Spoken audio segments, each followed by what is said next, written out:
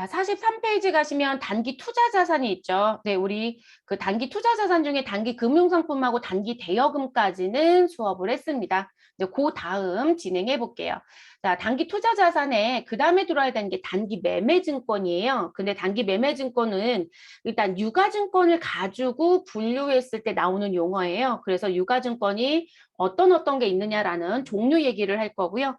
그리고 우리가 취득 원가, 매입한 금액이 얼마냐라고 하는 걸 확정하지 못하면 우리는 분개라는 걸 할 수가 없어요. 분명히 분개할 땐 거래 판료소에 의해서 우리 무엇 하셔라, 우리 인식과 식별한다라고 했어요. 그리고 거기에 화폐 측정값을 붙여줘야 되잖아요. 근데 그 측정값이 취득 원가인 거거든요. 얼마 주고 샀느냐. 그러면 취득 원가를 결정하지 못하면 금액을 쓸 수가 없으니까 분개를 완성하지 못하는 거죠. 그래서 우리가 자산을 배울 땐 항상 사오는 관점이 있어요. 일부분을 빼고는. 그러면 사오는 관점이 있다라고 하면 얼마 주고 샀어? 라고 하는 게 확정이 돼야 처리할 수 있겠죠. 또는 자산에서 돈을 받을 권리가 있다. 나 돈 받았어. 왜 받은 건데? 왜 돈이 들어온 건데? 라고 물어봤더니 나 상품 팔았어. 나 제품 팔았어. 그러면 상품이나 제품을 팔았다라고 했을 때요. 얼마에 팔았느냐라는 금액을 확정하지 못하면 사실상 무엇할 수 없을까요? 외상 매출금이 얼마입니다. 현금이 얼마 증가했습니다라는 걸 결정 지을 수가 없죠. 그럼 회계 처리 못하죠, 여러분. 그래서 그 부분을 놓고 보면 제 입장에서는 매출의 관점이지만 상대편의 입장에서는 사가는 관점인 거예요. 그러면 상대편하고 지금 사고 파는 가격에 협의가 안 됐다는 얘기잖아요. 그러니까 실제 회계 처리를 둘 다 못하고 있는 거죠. 그래서 우리가 항상 자산은 취득 원가, 그래서 사올 때는 취득 원가, 팔 때는 매출이라고 표현하는 거예요. 그 부분을 결정하셔야 회계 처리가 가능합니다. 그리고 유가증권 같은 경우는 실질적으로 내가 여유 자금을 좀 굴려서 이익을 챙기고 싶어서 하는 부분의 의미예요. 우리 그 투자 자산인데 1년 이내라는 관점 때문에 단기로 분류한 거란 말이에요. 그러면 내가 가지고 있는 사이에 이익이 생길까요? 안 생길까요? 생기겠죠. 그래서 그 부분하고 관련돼서 배당을 받았다는 표현이 들을 수 있고 이자를 받았다는 표현이 들을 수 있습니다. 그래서 이제 그 얘기를 할 거고 그리고 이 기업회계 기준은 지금 회계 기준 뭘 적용하든 국제회계 기준을 적용하든 아니면 일반 기업회계 기준을 적용하든 내가 유가증권을 가지고 있으면 우리 12월 31일이라고 하는 결산일이 되면 무엇하게 되어 있다? 평가하게 되어 있어요. 그래서 내가 얼마 주고 샀던 유가증권이 얼마로 바뀌었다라고 하는 금액으로 변경하는 걸 하게끔 되어 있습니다. 그런 걸 다 평가라고 합니다. 그게 기준에 있기 때문에 반드시 하셔야 돼요. 그래서 그거 배우실 거고요. 그리고 가지고 있다가 유가증권 무엇 하실 수도 있어요. 팔았겠죠? 그럼 우린 팔았으면 이익을 보고 팔았는지 손실을 보고 팔았는지 마무리를 지셔야 되겠죠. 그래서 그 내용을 우리가 할 겁니다. 다만 이번 시간에는 어디까지 보유 중에 발생되는 수익까지만 진행을 할게요. 그럼 유가증권 종류부터 볼게요, 여러분. 우리가 유가증권이 뭐냐라고 물어보신다면 그냥 재산적 가치가 있는 증서예요. 그러니까 지금 내가 들고 있는 요 부분이 뭐가 되는 것이다. 재산이 되는 것이다. 그래서 어딘가에 제시해서 사고 팔 수 있다 이런 얘기거든요. 그러면 유가증권은 지금 우리가 배우는 요거 말고도요. 이 재산적 가치가 있는 유가증권은 종류가 또 있어요, 여러분. 그러면 그 종류를 잠시 얘기한다면 유가증권은 대표적으로 무슨 증권이 있다고 하냐면 상품증권이 있다라고 얘기합니다. 상품증권. 여러분 이 상품증권은 매매를 합니다. 매매, 사고 판다는 거죠.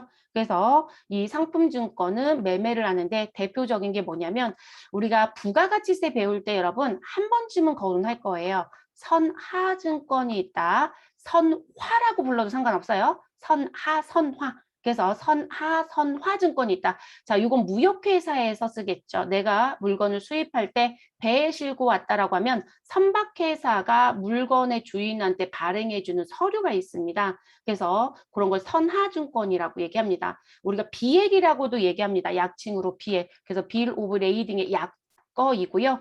그런데 이 부분이 없으면 물건을 찾을 수가 없어요. 상당히 중요한 부분입니다. 분실했다? 난리 납니다. 배에서 아예 물건 못 찾아와요. 그렇기 때문에 매우 중요하죠. 그럼 제가 만약에 수입하는 사람이다. 근데 컨테이너 2개를 수입했다. 컨테이너 우리 일반적으로 무역하는 분들이 물건을 담아서 실어 나르는 부분이 필요하잖아요, 여러분. 자동차에 실어 나르는 것처럼 그러면 일종의 그런 걸 담을 수 있는 케이스예요. 사람이 절대 들을 수 없고요. 네, 기중기로 들겠죠. 그러면 그런 걸 컨테이너 박스라고 하는데 그 컨테이너 박스가 40부터 사이즈 2개를 내가 수입했다. 이렇게 일하는 거예요. 그러면 그 부분에 해당되는 선화증권이 있는데 그 물건을 우리한테 다 사겠다라는 업자가 등장이 된 거예요. 그럼 저는 선화증권을 그 사람한테 돈 받고 그냥 팔아도 돼요. 됐을까요? 매매가 가능한 부분이에요. 이게 재산적 가치가 있는 부분이기 때문에. 그리고 이제 조심하실 건 이거 시험 문제 내냐고 물어보시는데 아니요. 업무에 가면 만나실 거예요. 그럼 우리 이제 고민이죠. 그거 팔았어? 그러면 우리 매출은 얼마야? 둘이 협의한 금액이 있겠죠? 그리고 이제 무슨 고민을 할까요? 세금 계산서라는 거 발급해 안 해? 라고 물어봅니다. 하는 게 원칙입니다. 그게 이제 여러분들 체크하실 부분이고요. 그리고 모르시면 분명히 회사에 선임이 있거나 또는 고문 세무사들이 있을 거예요. 돈 주고 다 지불하는 그분들한테 물어보시면 답변이 되세요. 그래서 이 부분은 실제 거래가 이루어졌다라고 하시게 되면 업무상에서는 우린 아직 배우진 않았고 증빙 종류 얘기할 때만 한번 얘기했었죠, 여러분. 세금, 계산서라는 걸 무엇 하셔야 된다? 우리 발급하셔야 돼요. 발급한다는 얘기는 상대편은 받아야 된다는 얘기죠. 네, 그래서 여기까지 들어갑니다. 그러면 지금 우리가 배우는 이 유가증권에 단기매매증권입니다. 매도 가는 증권입니다. 만기보유증권입니다. 지분법 적용 투자주식입니다. 라고 하는 부분에 얘가 속하느냐? 안 속합니다. 들어오지 않아요. 자, 그래서 이런 상품증권이라는 것도 있고요. 그리고 또 하나 뭐가 있냐면 여러분 우리 수표와 어음이라는 용어 들어본 적 있으실까요? 없을까요? 있죠, 여러분. 그런 걸 유가증권의 성격인 화폐증권이라고 합니다. 근데 이 화폐증권은 사실상 사고 파는 건 아니죠, 여러분. 그렇죠? 이거는 대금의 조건에 소위 말해서 지불 조건을 쓰는 거죠. 그래서 이 부분은 우리가 무슨 부분 수표나 어음법에 맞춰서 무엇하고 있다? 회계 처리 따로 하고 있죠. 그래서 이거는 매매 대상이 되지는 않습니다. 그래서 수표나 어음이라는 부분이 들어온 부분. 그래서 이 부분도 지금 우리가 배우는 이 유가증권에 소위 말해서 회계에서 말하는 유가증권에는 포함시키지 않습니다. 자, 그리고 이제 마지막으로 들어오는 부분. 자, 자본증권이라는 게 있습니다. 이 자본증권이 회계상에서 말하는 유가증권입니다. 그래서 지금 여기 재산권을 나타내는 증서라는 유가증권에는 상품증권, 화폐증권, 자본증권이 대표적이다. 그리고 이 자본증권의 대표적인 부분이 주식. 자, 지금 한국전력공사 주권이라고 해서 여러분 지금 제가 증권박물관에서 샘플 제공되고 있는 거 지금 따온 거란 말이에요. 이게 주식이에요. 이게 주식이고요. 자, 그리고 하단에 고용안정 채권이라고 해서 금 10억 원이라고 되어 있죠, 여러분? 네, 그냥 10억이라는 얘기고요. 그러면 이 부분이 지금 채권이라고 써 있죠, 여러분? 이게 채권이에요. 그래서 자본증권은 주식과 누굴 말한다? 채권을 말한다. 자, 지금 그리고 두 가지를 비교해 보시면 주식은 발행하는 날짜는 있어요, 여러분. 여기 1989년 5월 30일. 그리고 증권 번호도 있고 뭐 이렇게 나와집니다. 그런데 지금 아래쪽에 있는 채권에 가서 보시게 되면 이게 발행일자가 있고 상환일자가 있고 이자는 연 7.5%인가요? 6%인가요? 어쨌든 7%래요. 저는 여기 투자할 거예요. 여러분 요새 7% 주는 이자가 어디 있어요? 그쵸? 없어요. 내가 돈 빌리면 7%는 되겠지만 내가 누군가한테 투자를 해서 7% 받는 이자는 없거든요. 상당히 이자 수익률 좋은 거죠. 그래서 지금 보시면 발행일과 상한일이 있다는 거예요. 그럼 결론적으로 채권은 만기가 있는 거예요. 만기가. 그리고 주식은 그렇지 않죠. 주식은 실질적으로 그 회사의 무슨 부분, 나 주주야 라고 하는 거죠. 나는 한국전력공사의 주주야. 한전도 여러분 주식의 가격이 많이 올랐죠, 사실. 그럼 내가 이 회사의 주주가 되는 거예요. 근데 여기는 뭐가 되는 것이다? 이 회사의 주주가 되는 게 아니고요. 이 회사에 투자하고 만기 때 돈 빼갈 거예요. 그래서 채권과 주식의 가장 큰 차이점을 얘기한다면 주식은 발행일자만 있다. 그래서 그 회사의 주주, 소위 말해서 주인처럼 행사할 수 있다. 그런데 채권이라는 건 내가 얼마를 빌려주고 그 기간에 걸쳐서 얼마의 이자를 받고 만기가 되면 원금 회수하는 형태인 거예요. 그래서 내용이 다르다는 거. 그래서 이제 유가증권 얘기할 때는 이 세 가지를 보편적으로 얘기한다. 그런데 알아는 두셔야 되는 거죠. 수표나 어음은 어음대로 회계 처리하는 게 있고 선화증권은 사고 파는 부분이 있으면 조심하셔야 되는 부분이 있을 것이고 자본증권은 지금 우리가 배우는 유가증권이라는 부분에 들어오는 것이다. 그래서 회계에서 말하는 유가증권은 자본증권을 말한다. 그럼 이 자본증권 얘기할 때 여러분 여기 써 있죠. 무슨 증권과 지분증권과 채무증권을 나눠서 얘기한다. 그러면 주식이 무슨 증권? 지분증권이고요. 그 회사의 지분을 몇 퍼센트 갖고 있니? 회사의 주인이라고 얘기했잖아요, 여러분. 그러니까 지분증권이고 너는 그 회사에 무엇을? 지금 투자했다가 돈을 회수할 거지? 그러면 회사 입장에서 뭐라고 봐야 돼요, 여러분? 갚을 빚이잖아요. 그러니까 이 채권은 채무라고 얘기하는 거예요. 갚을 빚이기 때문에. 그래서 이렇게 유가증권이 보여지는 형태도 좀 다릅니다. 그래서 이제 그런 부분들이 있는 거고요. 자, 그리고 우리가 자본증권에 여유자금이 있어서 투자를 하였다라고 얘기를 해요. 그러면 나는 회계 처리를 뭐로 해야 됩니까? 라는 게 우리한테 문제가 되죠. 지금 저희는 단기 매매 증권 배울 거예요 라고 들어왔지만 뒤에 갔더니 제가 조금 전에 뭐라고 했냐면 단기 매매 증권 말고도 매도 가능 증권이 있고 만기 보유 증권이 있고 지분법 적용 투자 주식이 있고 이렇게 얘기했단 말이에요.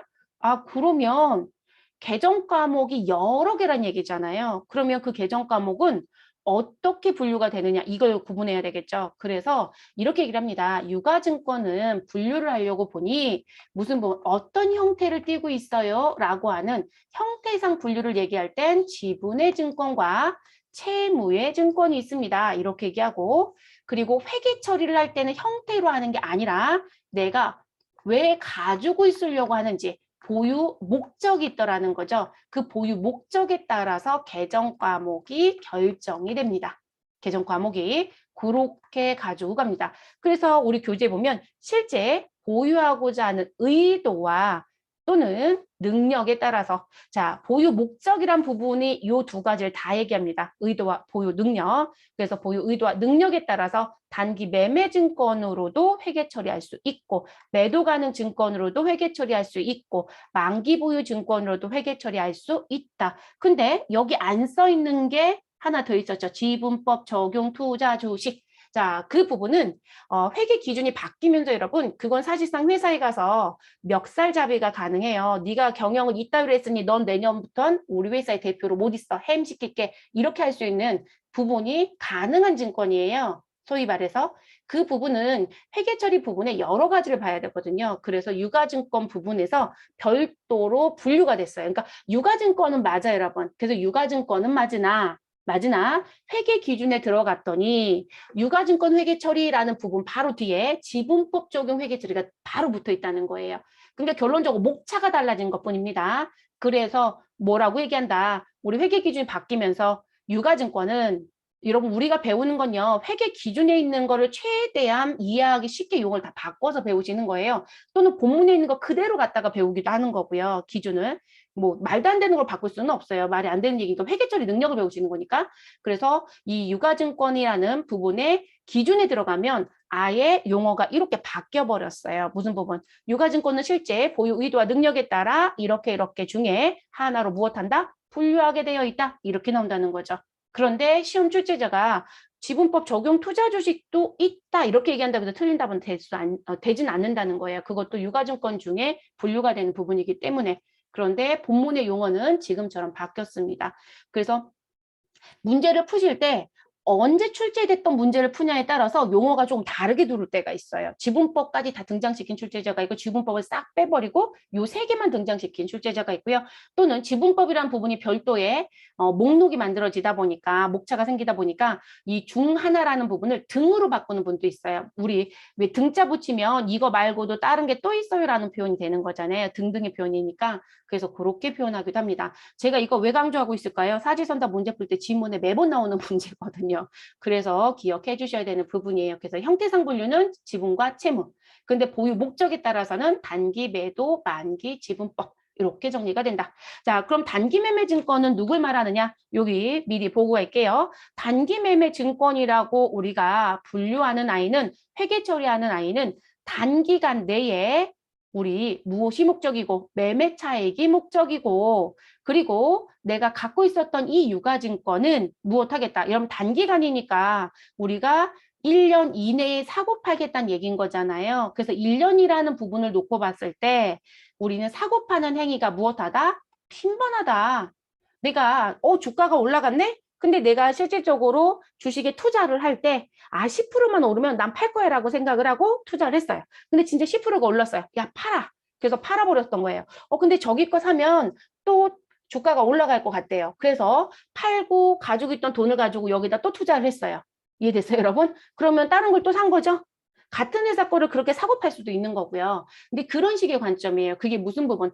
매도와 매수가 무엇하다? 빈번하다. 사고 파는 행위를 자주 하더라. 이런 얘기를 합니다. 그래서 그 용어가 같이 들어온 부분. 그래서 단기매매증권은 단기간 내에 매매 차익을 목적으로 취득한 유가증권을 말하고, 자, 이것으로 인하여 매수와 매도가 적극적이고 빈번하게 이루어지는 걸 우리는 매도 가능 단기 매매 증권으로 무엇하겠다? 회계 처리하겠다. 이렇게 얘기합니다. 자, 그럼 시험 목적상 이런 거는 여러분 모두 다 뭐로 낼까요?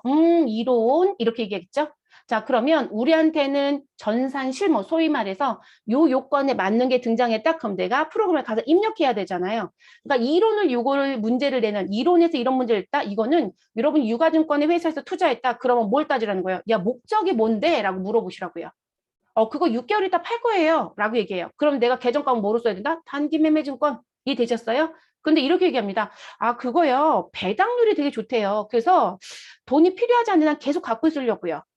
언제 팔지 모른다는 거죠. 그리고 그거 내년에 팔까 말까일걸요. 지금 당장 돈 안 필요하잖아요. 그런데 올해 1월 달에 샀대요. 근데 내년에도 팔까 말까래요. 그럼 결론적으로 얘는 단기가 아니라 장기 동안 갖고 있겠다는 얘기잖아요.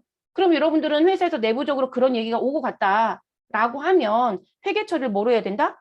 매도 가능 증권을 하셔야 되는 거예요. 그러니까 이거를 배우시면 이 용어를 업무상에서 나와져 있는 의사결정에 따라서 계정 과목을 정리하라고 배우시는 거예요. 그럼 이제 시험에서는 우리가 이렇게 오고 가는 대화로 시험 문제를 낼 수는 없잖아요. 전산을 낼 때는. 그러니까 어떻게 낼 것이다. 단기 매매 증권은 단기자가 무조건 등장이 됩니다. 시험지에. 이해되셨을까요? 그리고 매도 가능 증권은 장기자가 무조건 누를 거고요. 만기 보유 증권은 만기자가 무조건 시험지에 있어요. 그러니까 그 글씨를 캐치해서 계정 과목을 정리하면 돼요. 시험은. 됐나요? 시험은 그렇게 가져갑니다. 그래서 시험이 아니라 전산시험 분계는 그렇게 가져가시고 마무리하시면 되겠습니다. 모든 내용을 다 텍스트로 주지는 않기 때문에 됐을까요? 자, 그리고 단기매매 증권에 한 가지 더 추가합니다. 자, 한국전력공사의 주식.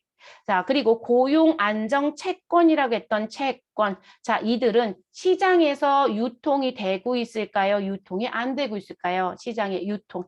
여러분, 시장의 유통이라는 건 여러분 증권시장이야. 코스피, 코스닥. 뭐 나스닥도 있고.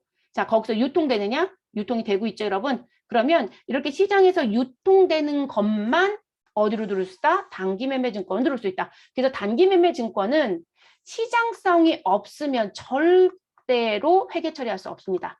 그러니까 결론적으로 증권시장에서 구입한 것만 단기매매 증권이에요. 됐을까요? 자, 전산실무는 시장성을 거론하든 안 하든 단기자가 있으면 무조건 단기매매 증권. 분계 문제는 전산에 입력하는 문제는. 그런데 시험은 이론 시험은 시장성을 낼 수도 있고 내지 않을 수도 있어요. 그런데 요즘 시험 출제자들은 이 시장성 부분을 따져서 회계처리를 해야 되기 때문에 요즘은 등장하고자 합니다. 왜냐하면 이게 시장성이 상실이 되면 여러분 시장성 상실이란 얘기는 문제가 생겼을 수도 있고요. 아니면 아예 처음부터 시장성이 없거나 여러분 제가 X라는 건 시장성이 없다는 건 코스피, 코스닥에서 움직이지 않는다는 얘기죠. 여러분 우리 모든 주식회사가 다 상장사인가요? 아니잖아요. 그 회사 주식에 제가 투자할 수도 있는 거죠. 그러면 비상장 회사에 내가 주식에 투자를 했다. 그럼 비상장 회사 주식에 투자한 건 시장성이 없는 거예요. 그럼 걔는 단기매매증권에 절대 들어올 수 없다고요. 그걸 여러분 기억을 하셔야 되는 거예요. 그렇게 가져가시는 거고. 근데 시장성이 있다가 무엇하기도 한다. 나 상실했어. 라는 부분. 여러분 상실한 얘기는 우리 실질적으로 회계 감사를 받는데 얘네 문제가 정말 심각한데 나 너네 감사 도장 못 찍어줘. 또는 감사를 찍을 때 단계가 있습니다. 근데 제하위 단계로 찍었다? 자, 시장성이 상실될 수 있습니다. 결론적으로는요. 상장의 의미가 상장이 문제가 생긴다는 얘기세요. 그리고 우리가 시장성 있는 주식들 같은 경우는 주가가 떨어졌을 때 얼마 아래쪽으로 떨어지면 주식시장에서 퇴출시켜버려요. 그것도 뭐 상실이에요. 문제가 되는 거예요. 근데 그런 사건이 터졌다. 그러면 내가 단기매매증권을 갖고 있었던 것 그 상황에서는 단기매매증권을 계속 갖고 있을 수 없어요.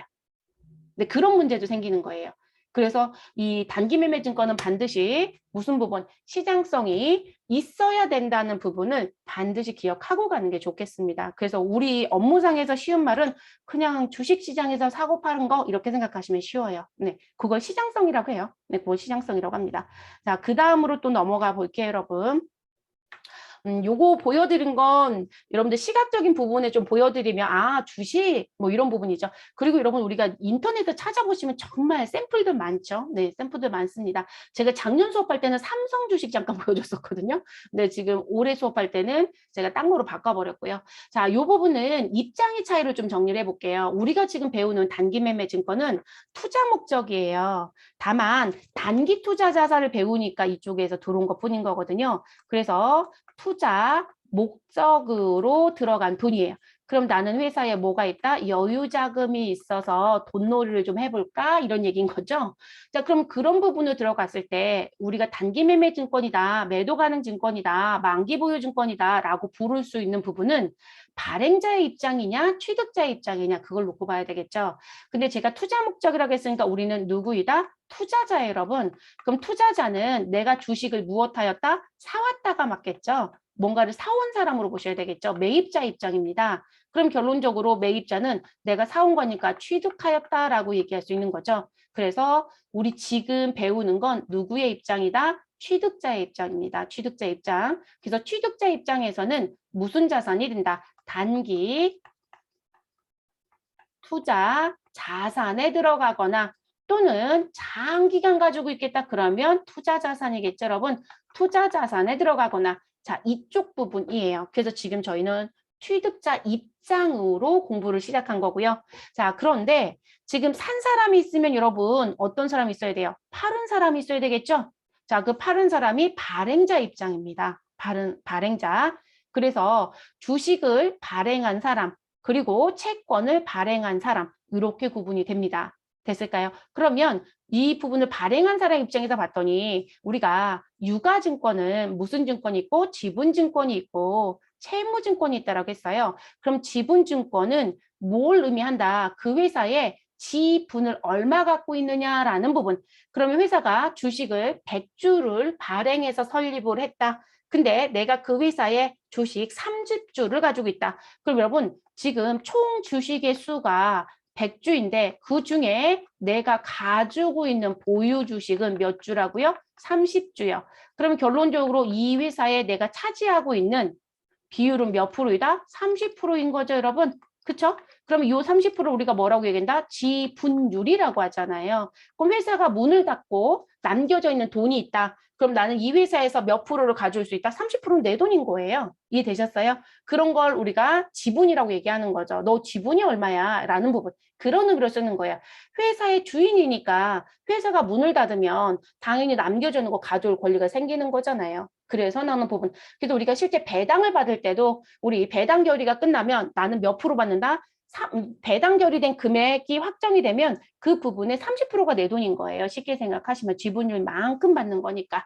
그래서 이 지분을 차지하고 있는 게 누구이다? 주식이죠. 그러면 회사는 우리 지금 법인 배워요, 여러분. 법인은 회사 설립할 때 내 돈 가지고 사업해요 라고 얘기합니다. 그러면 자금을 조달을 해야 되겠죠. 그러니까 여러분 발행자 입장에서는요. 우리 앞에서 얘기할 때 자본증권이 우리가 배우는 유가증권에 들어오는 겁니다 라고 했단 말이에요. 그러면 자본증권이라고 했으니까 누구의 입장? 발행자 입장에서는 자본 조달에 대한 부분에 해당되는 사항이에요. 취득자 입장에서는 투자 목적이라고 본다라면 그러면 자본 조달은 두 가지가 있었죠, 여러분. 내 돈으로 간다, 자기 자본. 남의 돈으로 간다, 타인 자본. 됐을까요, 여러분? 그러면 주식은 자본이고 이 부분이 회계 처리를 하면 뭐로 갈 것이다? 자본금으로 넘어가는 거예요. 그래서 자기 자본적 얘기인 거예요. 그래서 지금 취득자인 투자자들이 이 사람을 투자자라고 보시면 되니까 이 투자자들이 회사에 주식에 투자를 했다 그러면 회사에 돈이 들어올 거고요. 나는 자본금이 무엇할 것이다? 증가하는 거예요. 그러면 여러분 우린 이 주식에 대해서도 공부를 할까요 안 할까요? 하죠. 어디서요? 자본 수업할 때 할 거예요.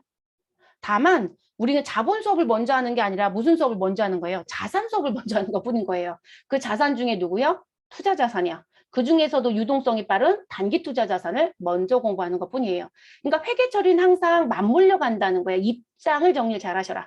그래서 지금은 투자자 입장을 공부한다. 자, 이렇게 가는 거고요. 그리고 투자자 입장에서는 주주라는 행세를 할 것이고 이 사람은 이 회사에 무엇 했을 거니까 투자를 했으니 나는 단기 매매 증권인지 매도 가능 증권인지 만기 보유 증권인지 뭐 이런 게 들어오겠죠. 근데 다만 주식의 형태였을 때는 만기 보유 증권은 못 들어요, 여러분. 단기 매매 증권이거나 또는 매도 가능 증권이거나 아니면 지분법 적용 투자 주식 말고는 요게 만기자는 들어오지 못합니다. 왜냐면 만기 보유 증권은 만기가 있어요, 여러분. 그럼 제가 아까 주식과 누구 보여드렸어요?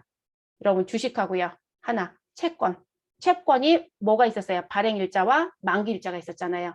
그러니까 결론적으로 우리 무엇에 대한 부분, 만기 보유 증권은 누구밖에 못 들어오는 것으로 보셔야 된다. 우리 채권밖에 못 들어요. 그러니까 채무증권밖에 못 들어온다는 얘기가 되겠죠. 그래서 지금 이렇게 보여드리는 건 이렇게 세팅값, 이렇게 세팅값이거든요. 그래서 여기에는 만기 보유 증권은 들어올 수는 없습니다. 그리고 투자자 입장에서는 이렇게 계정 과목 처리하시고 돈 나가면 되는 거죠. 그죠? 그리고 제가 보여드린 건 개인과의 거래가 아니고요. 회사와 회사의 거래로 보여드리는 부분이에요. 회사이면 회계 처리 다 하셔야 되겠죠. 여러분, 여러분들이 삼성에 주식 투자했다고 이런 회계 처리 하세요? 안 하잖아요. 그죠? 개인적으로 회계 처리 안 하니까. 근데 회사에서는 회계 처리를 하셔야 되겠죠. 그래서 그거 배우시는 거고.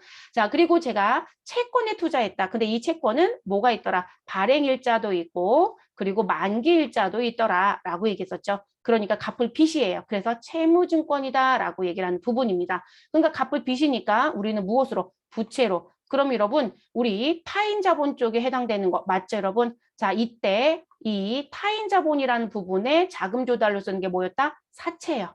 자, 이렇게 얘기합니다. 회사가 발행한 사채입니다라고 해서 회사채입니다라고 하거든요. 근데 회계 처리할 때는 이 회자를 붙이고 싶지 않은 거예요. 회사의 회를. 그래서 사채라고만 불려지는 부분이에요. 이건 합법적인 사채입니다. 다 등록해서 우리 시장에서 움직이는 부분들. 그래서 나온 부분. 그래서 사채이고요. 그러면 부채는 증가하고요. 돈은 들어왔겠죠. 그러면 지금 발행자 입장에선 얘기가 끝나죠. 그럼 여러분 지금 자본 수업할 때 주식 배울 거고 부채 수업할 때 사채 배운다 안 배운다? 배워요. 다만 수업이 뒤에 있는 것뿐이죠. 그리고 투자자 입장에서 무엇을 했다? 나는 채권에 투자를 해서 지금 무엇하였다라고 하면 우리 사채를 구입했다라고 하면 이 사람은 채권자가 되는 거죠. 그렇죠? 회사는 갚아야 될 빚이니까 채무자라고 표현한다면 그래서 채무증권인 거예요. 여기서 채권자가 될 거고요. 그러면 단기 매매 증권으로 분류할 수도 있고요. 또는 매도 가능 증권으로도 분류할 수 있고요. 자, 그리고 나 만기까지 갖고 있을게. 그럼 만기 보유 증권으로도 분류할 수 있습니다. 그런데 여기엔 누가 들어오지 못한다? 지분법 적용 투자 주식은 들어올 수 없습니다. 여러분, 지분법이죠. 그러면 지분율과 관련된 주식이라는 표현이거든요. 그러면 결론적으로 채권이라는 부분에 채무증권은 지분율하고 관계가 없잖아요. 그렇죠? 네, 그래서 지금 그 부분에 들어오지는 못한다. 그래서 정리가 되는 부분 이해되셨을까요? 그래서 입장은 이렇게 됩니다. 이게 왜 제가 입장을 보여드리냐면 뒤에 가면 사채 얘기가 나와요. 그럼 제가 사채 얘기할 때 여러분 우리 앞에서 유가증권 수업했죠. 근데 그게 다른 얘기로 자꾸 생각을 하세요. 그리고 자본 얘기하는데 지금 앞에서 분명 유가증권 얘기할 때 주식 얘기했단 말이에요. 근데 그걸 다른 얘기라고 본다는 거죠. 그게 아니라 입장을 바꾸라는 얘기예요. 내가 발행하는 사람의 입장이면 자본으로 회계 처리해야 되고 또는 부채로 회계 처리해야 되고 내가 투자를 해서 사오는 입장이다. 그러면 어디로? 투자 자산을 회계 처리해라. 다만 그중에 단기 시세 차익의 목적이면 단기 투자 자산으로 회계 처리한다. 이렇게 분류하시라는 거예요. 그래서 그렇게 정리가 되는 부분이고요. 자, 그래서 요 정리는 차트 보여드리는 의미. 자, 그러면 저희 교재 부분에 뭐가 있을 거냐면 우리 지분증권과 채무증권이 어떻게 움직이는지 이건 벌써 말씀을 드렸던 부분이지만 표로 볼게요. 자, 지분증권은 소유하고 있는 지분을 의미하는 것이다. 그래서 대표적으로 누구이다? 주식이다 라고 말씀드렸죠. 자, 채무증권은 국가나 지자체가 발행한다라는 국채나 공채가 들어올 수 있겠죠. 그리고 누구도 회사가 발행하는 사채도 들어올 수 있겠죠. 이들을 우리가 뭐라고 부른다? 채권이라고 부른다. 이렇게 말씀을 드렸죠. 그래서 채권의 성격을 가지고 있는 국채, 공채, 사채.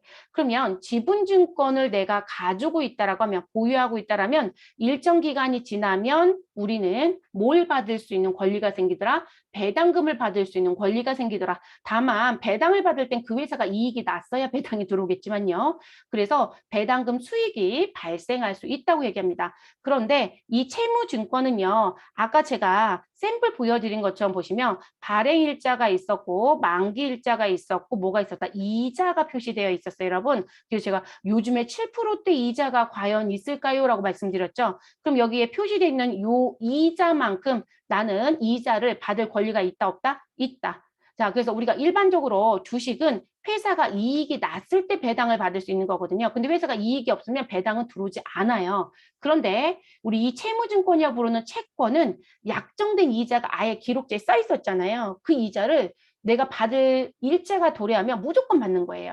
그러니까 회사가 이익이 나든 이익이 나지 않든 관계없는 거죠. 나는 무조건 이자를 받을 수 있다, 없다? 있다가 돼요. 그래서 금액의 단위는 좀 다르기는 하겠지만 금액의 단위는 다르긴 하겠지만 실질적으로 내가 여유 자금이 있다라고 하면 어디에 투자하는 게 더 낫다? 수익률이 좋은 어디에? 채권에 투자하는 게 훨씬 더 유리해요. 네, 근데 채권 금액들이 당월이가 좀 크죠. 그냥 쉽게 생각하면 우리가 주식 같은 경우는요. 이 주식의 증서에 금액이 써 있어요. 그러면 우리 주식 같은 경우는 한 주당 우리 최소 기재할 수 있는 금액, 발행할 수 있는 금액이 얼마부터 시작이냐면 100원이에요. 그래서 여러분 회사에 가서 주식 금액대 들어가 보면 100원짜리 주식이 있어요. 액면 금액이. 액면이라는 건 종이에 써 있는 걸 액면이라고 해요. 액면가라고 표현하는 부분 의미예요. 그러면 100원부터 가능하다는 거죠. 그런데 우리가 이 채권 같은 경우는요. 이거는 한 구자 또는 좌라는 표현을 씁니다. 그래서 이게 하나의 구자처럼 표현을 쓰는 것 때문에 이 한 좌라고 하는 건데요. 이 한 좌당 얼마? 10,000원이에요. 10,000원부터 시작이에요. 그럼 여러분 100원이 10,000원이 되려면 몇 배 차이가 있는지 보이시죠? 그러니까 채권이 금액 자체가 크게 움직여요. 그래서 일반적인 투자자가 들어올 때 조금 어렵다라는 얘기들이 그런 부분이기도 합니다. 근데 어쨌든 요즘은 뭐 개미 투자자들이 워낙 많기는 하지만 그래서 이제 그런 관점이 조금 달라요. 그래서 지분증권은 이익이 나야만 배당을 받을 수 있는 상황이 생기는 거고 우리 채무증권이라고 하는 채권은 그거와 관계없이 약정된 이자율이 있기 때문에 약정된 날짜에 약정된 이자만큼 따박따박 돈이 들어오는 게 원칙입니다. 자, 그렇게 움직이는 부분. 자, 그럼 지분증권은 우리 무슨 부분? 나는 시장성을 가지고 있고 단기 시세 차익이 목적입니다. 라고 되어 있더라는 거예요. 그리고 채무증권도 똑같습니다. 시장성을 가지고 있고 단기 시세 차익이 목적이다. 그럼 우리는 뭐로 분류하자? 단기 매매증권이라고 하는 당좌 자산으로 회계 처리를 하자. 이렇게 얘기합니다. 자, 지분증권과 채무증권에 대해서 무슨 글씨가 또 있는지 두 개를 같이 갈게요. 여러분 동일하게 다 분류할 수 있는 부분들은 그러면 우리 뭘 볼 거냐면 장기적 매매 차익을 볼게요. 자, 제가 지금 주식에 투자를 했고 일부는 사채에 투자를 했다. 그런데 나는 오랫동안 가지고 있겠다라고 얘기합니다. 오랫동안. 그러면 장기적 매매 차익을 목적으로 간다. 그래서 장기간 무엇하겠다. 보유하고 있을게 라고 얘기하더라는 거예요. 그러면 지금 채무증권도 지분증권도 모두 다 뭐가 가능하다? 매도 가능 증권으로 회계 처리할 수 있다. 분류할 수 있다. 이렇게 얘기합니다. 그런데 회사가 지금 현재 투자를 어디에 했다? 우리 주식에 투자를 했다. 그래서 주식에 투자를 했는데 지금 그 회사에 가서 중대한 영향력을 무엇할 수 있다? 행사할 수 있다. 지금 콩나라 판나라 다 관여할 수 있다. 그게 중대한 영향력. 그래서 저는 일부러 이렇게 말씀드린 거예요. 멱살잡이가 가능하다. 너 지금 똑바로 안 할래? 이런 얘기를 할 수 있다는 거예요. 근데 아무나 가서 그 얘기할 수 있어요, 여러분?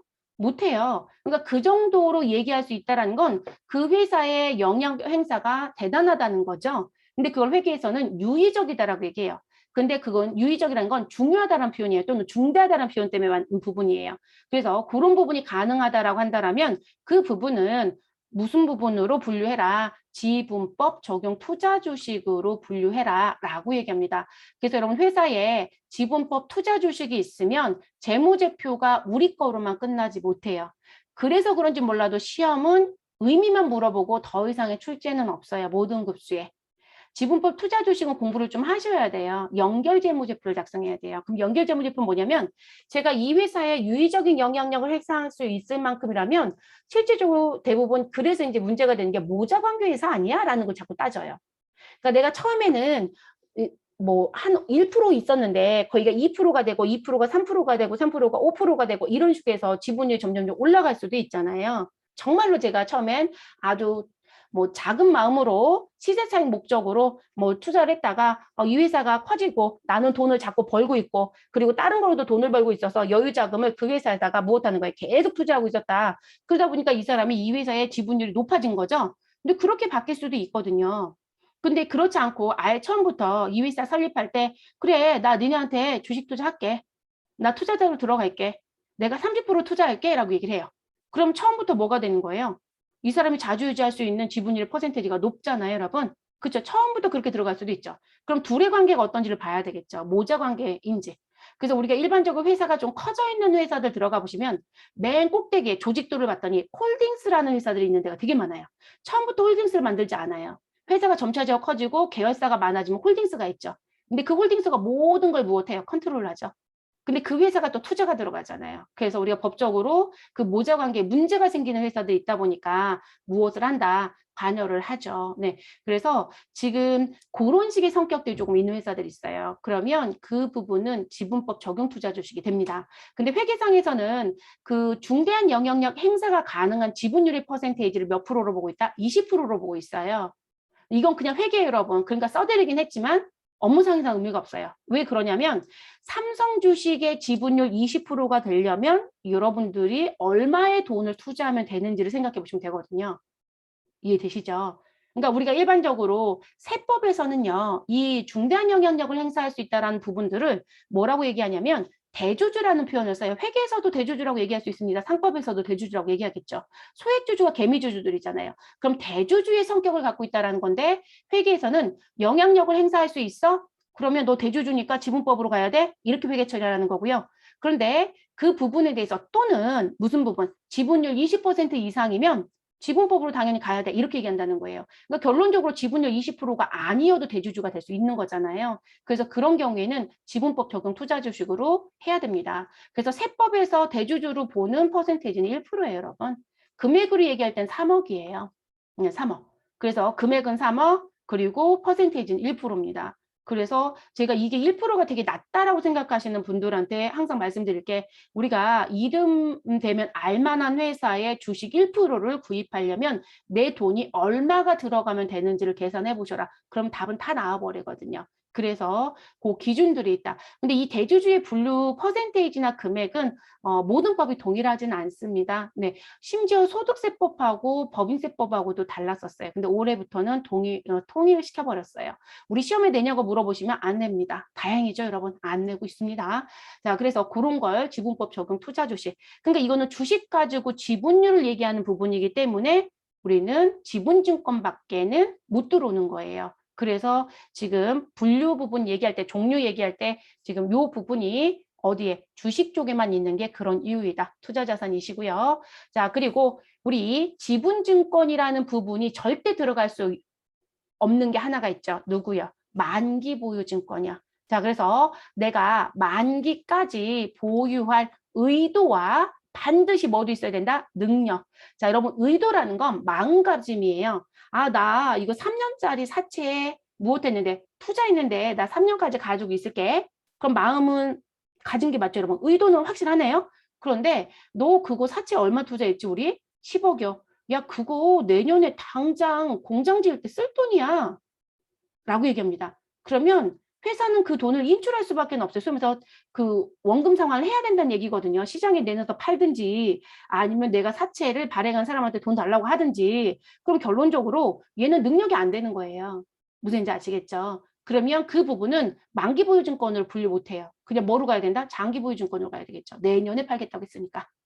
그래서 의미가 좀 달라집니다. 그래서 만기까지 보유할 의도와 반드시 누가 갖춰줘야 된다? 능력까지 갖춰줘야 된다. 그러면 우리 그 부분에 대해서는 무엇으로 회계 처리하자? 무엇으로 분류하자? 만기 보유증권으로 분류하자. 이렇게 얘기합니다. 그럼 시험에서 뭐 낼 것 같아요?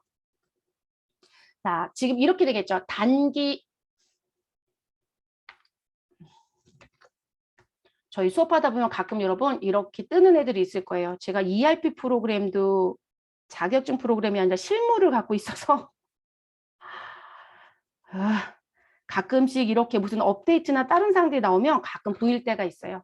여러분 요거 나와져 있어도 지금 이쪽 보는 거는 문제 없으니까 그냥 진행할게요. 네. 자, 지금 보시면 시험에서 이렇게 됩니다. 단기 매매 증권은 지분 증권과 채무 증권이 채무이 아니라 묻겠죠. 채무 증권이 모두 들어올 수 있다 없다? 있다죠. 이해됐어요? 여러분? 그렇게 시험 문제를 낼 거예요. 왜냐면 앞에 지분증권과 채무증권이 형태상 분류인데 여기는 형태상 분류예요.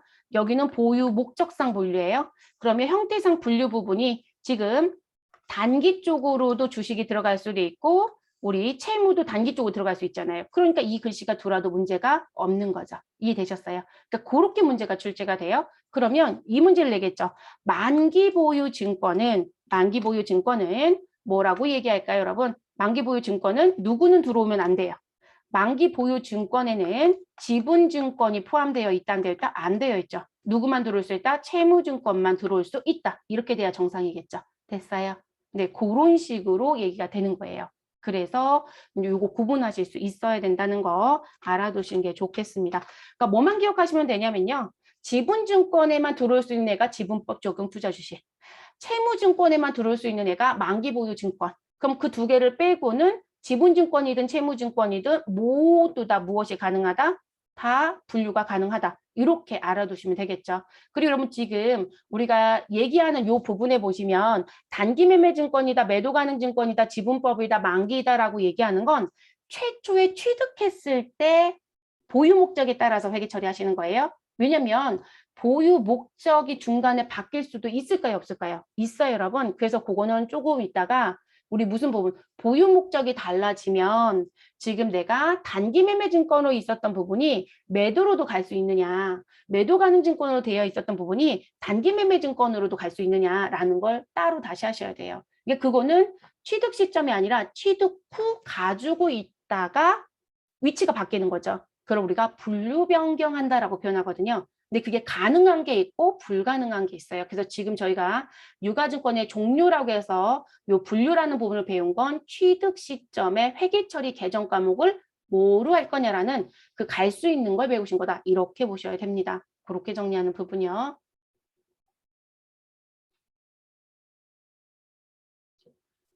자, 우리 교재 84페이지에 가 보시면 투자 유가증권의 분류 이렇게 되어 있고요. 교재는 투자 유가증권만 분류하는 표이기 때문에 앞에서 배웠던 단기 투자와 관련된 부분은 빠져서 누가 없다. 여기까지만 표가 있고요. 단기 매매 증권은 없을 거예요. 왜냐하면 매도 가능 증권, 만기 보유 증권, 지분법 적용 투자 주식이 투자 자산에 들어가는 유가증권이기 때문에 그리고 단기 매매 증권은 당좌 자산에 들어가는 단기 투자 자산이기 때문에 이 부분은 뺀 거예요. 근데 풀 세트로 보겠다라면 이렇게 보는 거죠.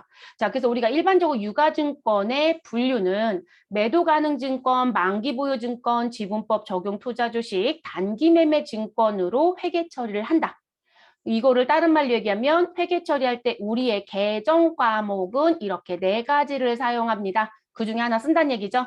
그리고 매도 가능 증권이라든지 우리 단기 매매 증권은 지분 증권인 주식, 그리고 우리는 이제 기업과 기업의 거래로만 얘기할게요, 여러분. 그러면 사채가 들어오겠죠. 자, 사채를 띠고 있는 채무증권 모두 다 들어올 수 있다. 그러니까 내가 채무증권에 투자했다. 매도 가능 증권을 회계 처리할 수 있다. 내가 지분증권에 투자를 했다. 매도 가능 증권으로도 회계 처리할 수 있다. 이런 의미예요. 제가 동그라미를 해드린 건. 그래서 이런 형태를 띠고 있는 증권을 구입했을 때 매도 가능 증권이 될 수도 있고 단기 매매 증권이 될 수도 있다. 다만 채무증권이라고 하는 부분을 들어가서 보니 만기 보유 증권이라고 회계 처리할 수 있는 부분은 절대로 누군 들어올 수 없다. 주식은 들어올 수 없다. 쉽게 생각하시면. 그래서 내가 사채라든지 국공채에 투자를 했을 때만 들어올 수 있더라. 이런 얘기인 거죠. 그리고 지분법 적용 투자 주식은 누구는 들어올 수 있지만 내가 주식에 투자를 해서 그 회사의 지분을 몇 % 갖고 있다라고 얘기할 수 있는 부분에는 해당이 되지만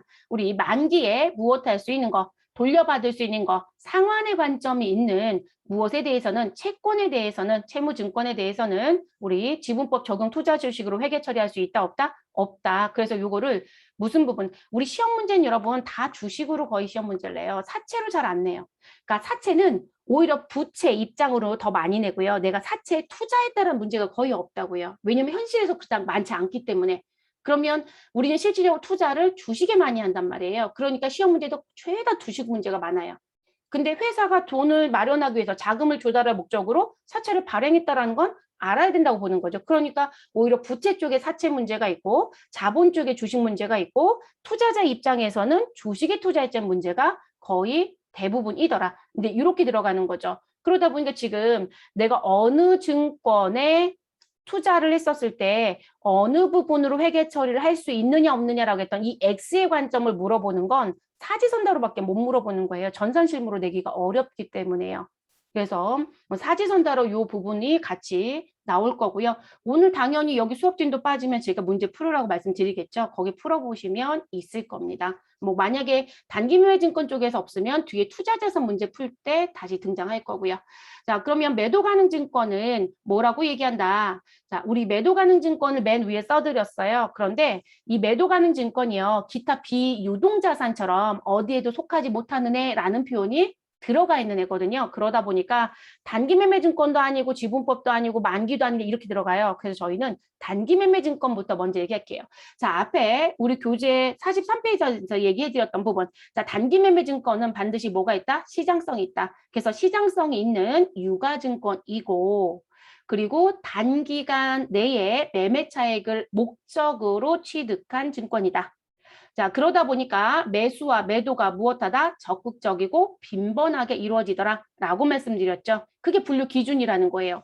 그러니까 업무가 일어나면 이 요건을 여러분들이 직접 따져보고 회계 처리해라 이런 얘기인 거예요. 여기 분류 기준 써드린 건 개정 과목 결정 기준 써드린 거예요. 됐을까요? 그리고 제가 계속 강조하지만 시험에서는 그냥 뭐만 나올 것이다?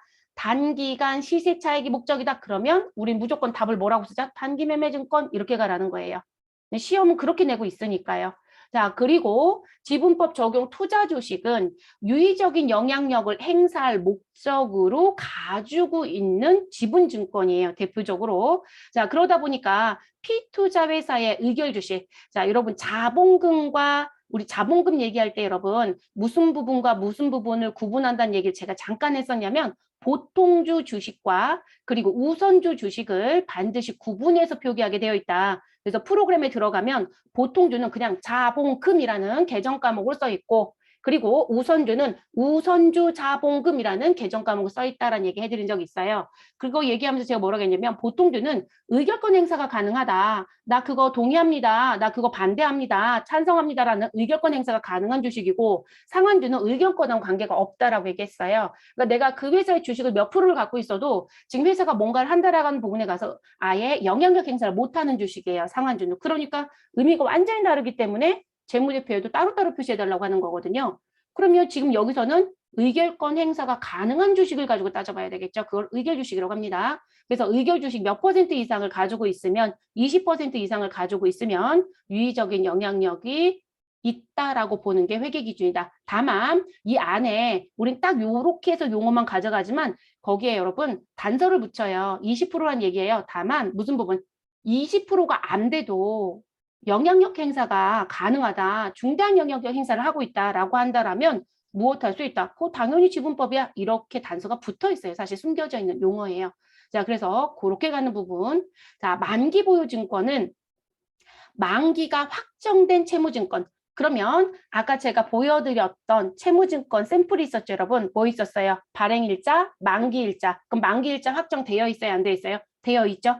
그래서 만기가 확정된 채무증권을 말한다. 그런데 이런 채무증권을 난 무엇하겠다? 만기까지 보유할 적극적인 의도와 누구까지 있어야 된다? 능력. 그래서 의도와 능력이 있다라고 한다라면 만기 보유증권으로 우리 회계 처리해도 돼. 라고 얘기를 합니다. 자, 그리고 이 만기가 확정된 채무증권이라는 부분은요, 금액도 사실상 나와 있어요. 그래서 상환 금액이 확정되어 있거나 또는 확정이 가능한 유가증권이 있다라는 표현도 합니다. 자, 매도 가능 증권은 단기도 아니고 지분법도 아니고 만기 보유도 아니라고 합니다. 그래서 다른 증권에 해당하지 않는 경우, 그러니까 결론적으로는 지금 설명드리고 있는 이 아래 세 곳에 들어가지 못하는, 그런데 무슨 부분? 나는 그 부분하고 비교해 봤더니 뭐라고 얘기하더라? 자, 단기 매매 증권으로 못 가는 이유는 무엇이다? 여러분, 단기 매매 증권의 키워드가 뭐예요? 단기간 매매 차익 목적이요. 이렇게 있죠? 근데 난 무엇 하겠다? 장기간 가지고 있겠다. 이렇게 표현해요. 그러면 단기를 못 들어가는 게 맞는 거죠? 자, 그리고 나서 그러면 장기간? 그러면 우리는 만기나 지분법으로도 갈 수 있지 않느냐? 이렇게 얘기할 수도 있겠죠? 근데 이렇게 얘기합니다. 나 오랫동안 갖고 있는 건 맞아. 그런데 만기 보유 증권으로 회계 처리 안 하는 이유, 분류하지 않는 이유가 뭐냐면 나는 마음 먹으면 언제든지 시장에 가서 내다 팔 거야. 매도가 가능하대요. 그러면 여러분, 만기 보유 증권은 내가 사채 3년 만기짜리에 투자를 했다? 그러면 3년이 됐을 때 상환이 되는 거예요. 근데 얘는 3년이 안 돼도 시장에 내다 팔 수 있다 이런 얘기가 되는 거거든요. 그러니까 만기를 못 가는 거죠. 이해됐을까요? 그래서 난 부분. 그리고 지금 나와져 있는 용어에 뭐가 없어요? 유의적인 영향력 행사 문구가 없잖아요. 그러니까 지분법에도 안 가는 거죠. 그래서 이제 이렇게 나오는 게 매도 가능 증권입니다. 그래서 매도 가능 증권은 시험에서 뭘 낸다? 장기자를 붙여내요. 그래서 내가 장기간 갖고 있을 거야. 그러면 매도 가능 증권. 나 만기까지 가지고 있을 거야. 만기 보유 증권. 나 단기간 가지고 있을 거야. 단기 매매 증권. 우리 회계 처리 문제는 세 가지 모두 다 출제합니다. 지금 현재 회계 문제에서 안 나오는 건 지분법 적용 투자 주식만 안 나오고요. 지분법 적용 투자 주식은 진짜 문제를 내고 싶다 그러면 정의 정도나 또는 채무증권이 들어오니 들어오지 않니. 그러니까 결론적으로 채무증권을 지분법 적용 투자 주식으로 회계 처리해도 되니 이 정도 수준밖에 묻지 않습니다. 나머지는 아무것도 묻고 있지 않아요. 그래서 지분법은 거의 우리 회계 처리 안 배운다. 세무 1급까지 배워도 안 배워요. 네, 시험 문제 아예 배제되어 있는 쪽입니다. 뭐 연결재무제표까지 얘기를 해야 되다 보니까 회계 처리가 조금 복잡해요. 그래서 안 내는 것 같습니다. 자, 그러면 이렇게 됐던 부분의 유가증권이 결정이 되면 우리는 재무상태표에 자산으로 표시가 돼야 되잖아요. 그러면 어떻게 표시가 되느냐? 자, 우리 매도 가능 증권, 만기 보유 증권, 지분법 적용 투자 주식은 다 무슨 자산이다? 투자 자산이다. 여러분 투자 자산은 어디에 속한다? 비유동 자산에 속하는 거죠. 그래서 비유동 자산인 투자 자산에 속한다. 다만 단기 매매 증권은 우리 유동 자산인 어디에 속한다? 당좌 자산에 속한다. 당좌 자산 중에 통합으로 표시하는 게 무엇이다? 단기 투자 자산으로 표시했을 수도 있다. 이렇게 얘기했던 거죠. 자, 그리고 이 유가증권 같은 경우는요. 제가 얼마 주고 샀습니다라고 하는 매입 금액이 있겠죠, 여러분. 자, 이 매입을 우리가 취득이라고 얘기한다고 했고요. 그러면 매입 원가 또는 취득 원가가 얼마입니까? 자, 그래서 저는 10월 5일 날 주식 투자를 했는데 우린 50만 원 투자를 했다라고 얘기합니다. 결론적으로 주식의 가격이 50만 원이었다는 얘기겠죠. 자, 그리고 나서 무슨 부분? 우리 12월 31일이 됐다. 자, 시장이 돌고 있다라면 주가는 우리 오를 수도 있고 내릴 수도 있겠죠. 우리가 등락이란 얘기를 하잖아요. 그러면 지금 12월 31일자에 내가 50만 원 주고 샀던 주식이 현재 57만 원이 될 수도 있고 또는 46만 원이 될 수도 있겠죠. 자, 그러면 뭘 해야 된다? 50만 원 주고 샀던 주식을 우리 12월 31일 시가의 금액, 시장에서 보여지고 있는 금액, 이 시가의 금액으로 무엇해라? 바꿔줘라라는 게 있어요. 그런 걸 평가한다라고 얘기합니다. 그러면 이 시가는 시장에서 움직이는 시장 가치를 줄임말이에요. 그래서 시장 가치는 다른 말로 뭐라고 한다? 공정가치라고 얘기를 합니다. 그러면 공정가치 금액으로 우리 변경해줘라. 그러니까 50만 원짜리 주식이 57만 원짜리 주식입니다라고 정리해줘라. 50만 원 주고 샀던 주식이 46만 원으로 우리 떨어졌다라고 바꿔줘라. 이런 얘기인 거예요. 그거를 평가. 그러면 공정가치법에 의해서 평가해라. 시가로 평가해라. 이해됐어요, 여러분? 자, 그러면 누구는 매도 가능 증권과 단기 매매 증권은 무엇으로? 공정가치법으로 평가를 합니다. 이렇게 얘기하고요. 자, 시험은 단기 매매 증권은 맨 하위 급수부터 맨 상위 급수까지 모두 다 출제, 기말 평가에 대한 회계 처리 능력뿐만이 아니라 그 회계 처리 능력을 사지선다까지 물어봅니다. 그래서 모두 출제. 그리고 매도 가능 증권은 회계 1급이라는 부분 또는 FAT 1급 정도부터 출제를 합니다. 그런데 단순한 평가 정도밖에 안 될 거고요.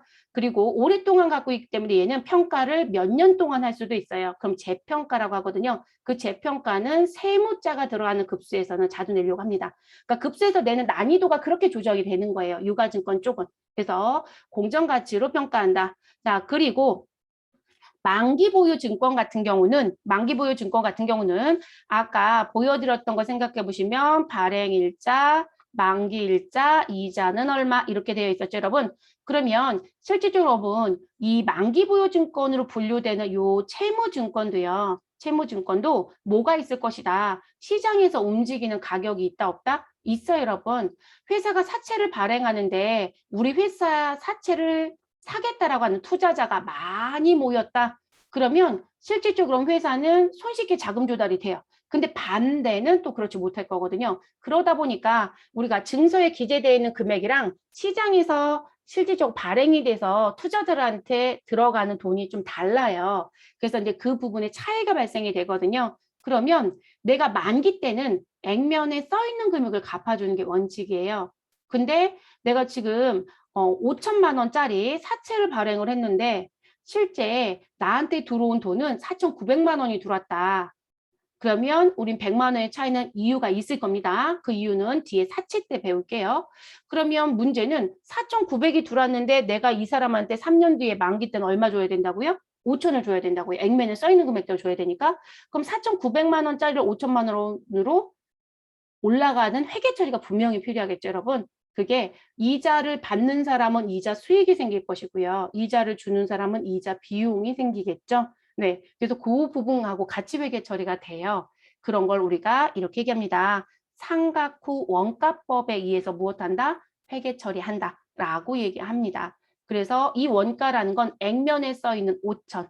근데 우리 이자를 줄 때마다 그 5천만 원이 되기 위한 회계 처리가 동반이 되거든요. 그런 걸 상각한다, 환입한다 이렇게 표현하거든요. 그거를 상각후 원가법이라고 해요. 그래서 넘버원.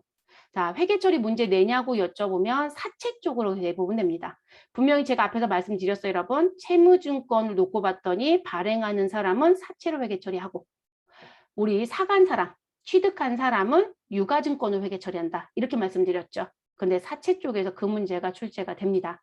그리고 이자를 준다라고 하니까 이자 비용, 이자를 받아간다고 하니까 이자 수익 이렇게 되는 거예요. 쌍방으로 봐야 되니까. 그래도 그렇게 정리가 되고요. 이 용어는 가지고는 가야 합니다. 삼각구 원가법으로 이루어진다. 이게 기말 평가 부분에 써드리긴 하지만 이게 12월 31일에 꼭 한다고 얘기하기는 조금 어렵습니다. 대부분 이자를 주고 받을 때 이루어지는 거라서. 자, 그 다음 지분법 적용 투자 주식. 자, 이들은 무슨 부분에 의해서 기말평가를 한다. 제가 아까 이 지분법 적용 투자 주식은 우리 투자한 회사의 재무제표가 무엇되지 않으면 확정되지 않으면 우리가 재무제표를 확정하지 못해요, 여러분. 제가 그 부분하고 관련된 얘기를 뭘 해드렸냐면 연결 재무제표가 나와야 된다. 그럼 지금 A라는 회사에 제가 30%를 투자했다고 할게요. 그러면 이 회사가 손익계산서가 결정이 되면 이익이 났는지 손실이 났는지 결론이 나겠죠. 그래서 이익이 100이 났다라고 하면 내가 이 회사의 지분을 30% 갖고 있기 때문에 그 이익의 30%를 우리가 가져올 수 있다는 결론을 내버려요. 그 회사의 재무제표가 확정이 되면 그럼 그 30만큼이 지분법 적용 투자 주식과 관련돼서 들어오는 이익으로 정리해야 되거든요. 그러니까 상대편이 재무제표 확정 안 하면 우리는 재무제표 확정이 안 돼요, 여러분. 그래서 이런 식의 관계가 있는 회사들은 지금 내가 투자했던 회사들의, 그러니까 소위 말해서 피투자 회사겠죠. 피투자 회사가 어떻게 돌아가고 있는지, 이들이 재무제표 언제 완성이 되는지 그거 다 보면서 우리 것까지 일을 해야 돼요. 그러니까 일이 더 많아요.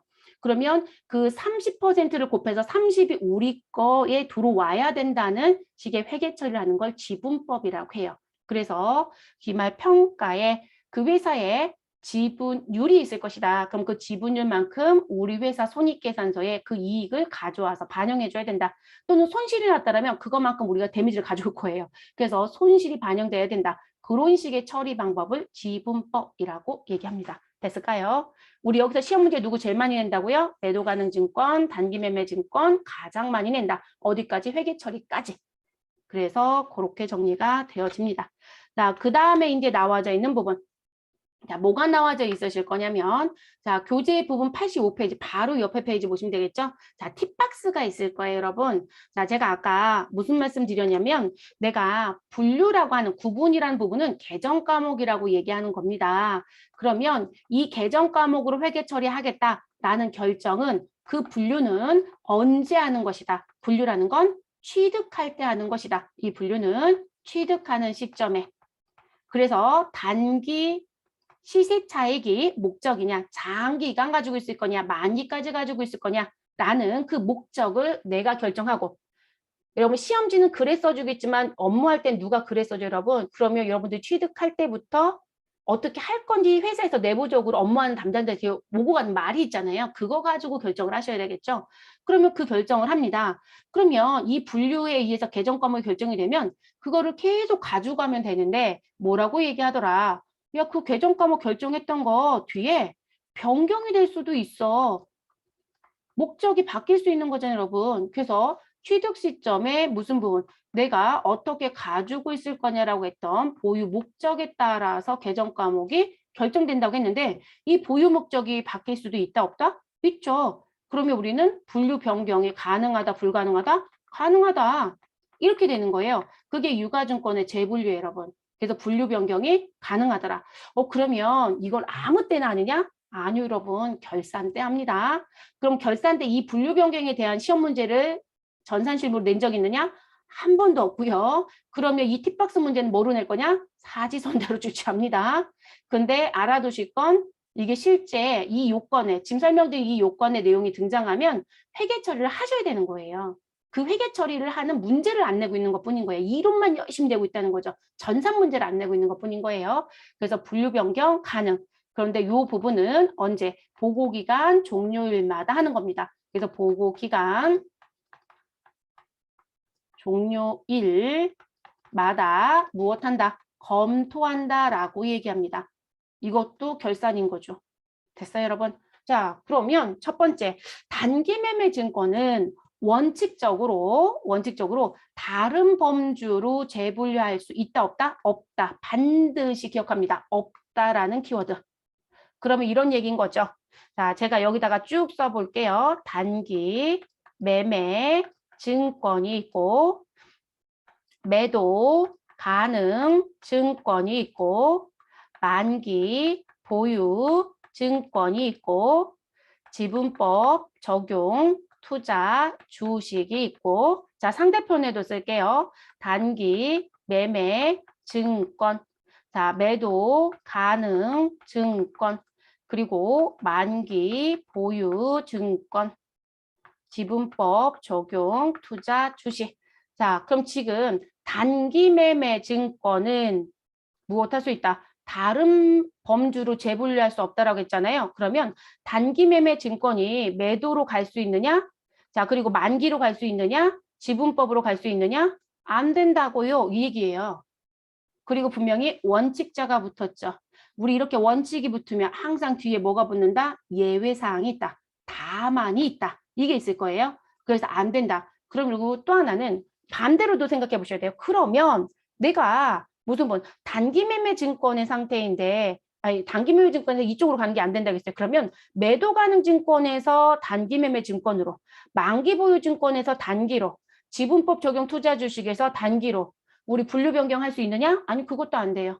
그러니까 쌍방 자체가 다 안 되는 거예요. 이해되셨어요? 그래서 지금 단기 매매 증권이 다른 범주로도 갈 수 없고 다른 범주의 유가증권의 경우에도 어디로? 단기 매매 증권으로 재분류할 수 없다라는 거. 그러니까 서로 오고 가는 것 자체가 안 된다. 그냥 단기는 단기야. 이거로 끝내야 된다는 얘기예요. 그런데 다만자가 들어오네요. 다만 단기 매매 증권은 반드시 어떤 특징을 하나 더 갖고 있어야 된다? 야, 너 시장성 없는 애는 절대로 단기 매매 증권이라는 회계 처리 못해. 라고 얘기했어요. 그런데 시장성을 무엇하셔라? 가지고 있는지를 꼭 따져봐라. 그러니까 증권시장에서 샀느냐 안 샀느냐 이것 따져보시면 되는 거니까 쉽게. 자, 그래서 그 부분만 들어올 수 있다고 했습니다. 그래서 여기 다만자에 그게 들어옵니다. 단기 매매 증권의 시장성이 무엇됐다라면 상실.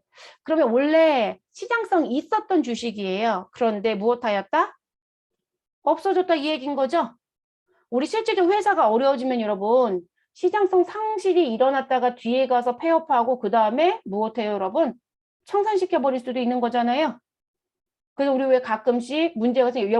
은행도 한동안 문제가 있지 않았어요? 지금 평화은행 없지 않나요? 네, 평화은행도 실질적으로 시장성 상실했다가 그 회사 없어졌죠.